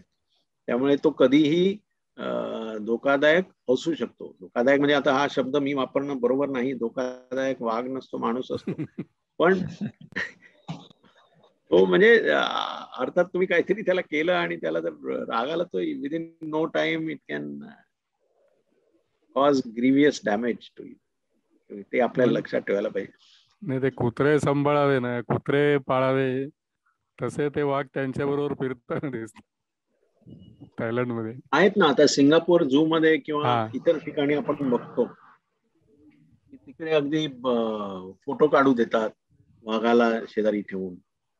असं होतं, पण हे सगळं कृत्रिमपणा आहे, म्हणजे तो नैसर्गिक नाही. आणि नैसर्गिक बहुतेक हे वाघांच्या सुद्धा अनेक पिढ्या त्या भिक्खूंबरोबर गेलेल्या असल्याचा सुद्धा परिणाम असू शकतो. हो, बिलकुल. तसं आज टुरिझम एरियामध्ये जे वाघ वागतात आणि जे नॉर्मली जिथे टुरिझम नाही अशा ठिकाणचे वाघ आहेत, तसंच आहे हा फरक. धन्यवाद. थँक्यू. मला वाटतं सर तुमची उपलब्धता कशी, एक हँड रेज केलं शिरीष कुंभारकर यांनी, आणि मग थांबूया. आपण एक प्रश्न घेऊ आणि मग थांबू. चालेल. चालेल. सर, शिरीष सर, हे करा, अनम्यूट करा आणि बोला, आणि मग आपण थांबूया. नाही, म्हटलं थोडा वेळ असेल तर विचारतो, कारण क्युरिओसिटी आहे, नाही तर आपण थांबू शकतो. नाही, बोला की बोला. तुमचा प्रश्न घेतल्यानंतर. नाही, मी एक प्रश्न विचारला होता की ते चायनामध्ये वाघाचे वेगवेगळ्या पार्टसाठी त्यांचं कृत्रिम प्रजनन केलं जातं असं ऐकिवात आहे, तर ते खरं आहे का? आणि मग समजा आपल्याकडे वाघांची संख्या वाढवायची असेल तर असं कृत्रिम प्रजनन करता येतं का? हो, कृत्रिम प्रजनन करणं एकदम सोपं आहे. म्हणजे जर वाघ हा त्याची फिकंडिटी बघितली तर खूप जास्त आहे. आणि झूज मध्ये इनफॅक्ट प्रॉब्लेम झालेला आहे. म्हणजे बऱ्याचशा झूज मध्ये वाघांची संख्या एवढी होऊ शकते, म्हणजे त्याला तुम्ही सगळं, कारण झू मध्ये सगळंच पुरवलं जातं ना, म्हणजे अन्न वेळेवर पुरवलं जातं, त्याला शिकार करावी लागत नाही, त्याला त्यामुळे इंजुरीचा इश्यू नसतो. इंटर ॲनिमल फाईट्स म्हणजे दोन वाघ, मेल वाघ एकाच ठिकाणी असले की त्यांची ती फाईट्स होतात, इंटरनेसाइन फाईट्स ज्याला म्हणतो, ते होत नाहीत. त्यामुळे वाघ वाढवणं हा इश्यू नाहीये. पण तसे वाघ वाढवायचे का, आणि ते जेनेटिकली मग किती प्युअर असू शकतील, कारण मग जेनेटिक इनब्रीडिंग जास्ती होऊ शकतं. अनलेस तुम्ही सारखं मिक्स करत राहिलात, म्हणजे दरवेळेस आपण दुसरे बाहेरून वाघ आणले आणि मग ते मिक्स केले, तर टायगर फार्मिंग हा प्रकार तुम्ही जो म्हटला चायनामध्ये, हा ऐकिवात आहे नक्कीच. मी स्वतः काही अनुभवलेलं नाही किंवा बघितलेलं नाही, पण टायगर फार्मिंग होतं तिथे, आणि स्पेशली फॉर मेडिसिन असं होतं. तर हे नक्कीच. आणि पण आपल्याकडे सध्या तशी परिस्थिती नाही आहे इंडियामध्ये. म्हणजे आपल्याला कृत्रिमपणे वाघ वाढवण्याची गरज नाही असं मला तरी वाटतं. We should allow them to disperse naturally. आणि सेकंड पर्याय जो आहे की एका ठिकाणून जास्ती झालेले वाघ उचलून आपल्याला दुसरीकडे नेऊ शकतो आपण. We should try for that rather than breeding and then releasing. काही इतर प्राणी आहेत, जसं माऊस डिअर आहे किंवा वाईल्ड बफेलो आहे, की त्यांचं कृत्रिम प्रजनन करून आपल्याला डिस्पर्स, किंवा ग्रेट इंडियन बस्टर्ड आहे ज्याचं काम चालू आहे ऑलरेडी राजस्थानमध्ये, तर तसं आपण करू शकतो. पण वाघांच्या बाबतीत सध्या तरी ती परिस्थिती नाही. आणि तुम्ही म्हणालात तसं 21 मादे जर का दरवर्षी हे प्रजनन करत असतील तर दरवर्षी साधारणपणे 2 जरी धरले तरी 41 वाघ ऍड होतील. म्हणजे 10 वर्षात 400 वाघ वाढू शकतील आरामात. म्हणजे तसं मी फक्त चंद्रपूर जिल्ह्याची गोष्ट केली तेव्हा, की फक्त चंद्रपूर जिल्ह्यामध्ये जर 63 पोटेन्शियली ब्रीडिंग फिमेल्स आहेत, तर तिथे आपल्याला 60-70 वाघ दरवर्षी मिळू शकतात, आणि ती मग जॉमेट्रिक प्रोग्रेशन मध्ये वाढत जाते. मगाशी कोणतरी विचारलं होतं 10 वर्षांनी किती वाघ होतील, तर त्याचं उत्तर त्याच्यातनं साधारण मिळू शकेल. हो, पण मग तेच आहे ना, शेवटी त्याची कॅरिंग कॅपॅसिटी कधीतरी काहीतरी म्हणजे संघर्ष हा वाढत जाणार, आणि मग नंतर, म्हणून मी सेफली म्हणजे एक कॉशियसली तुम्हाला 4000 ही संख्या दिली, बरोबर, मे बी 2030.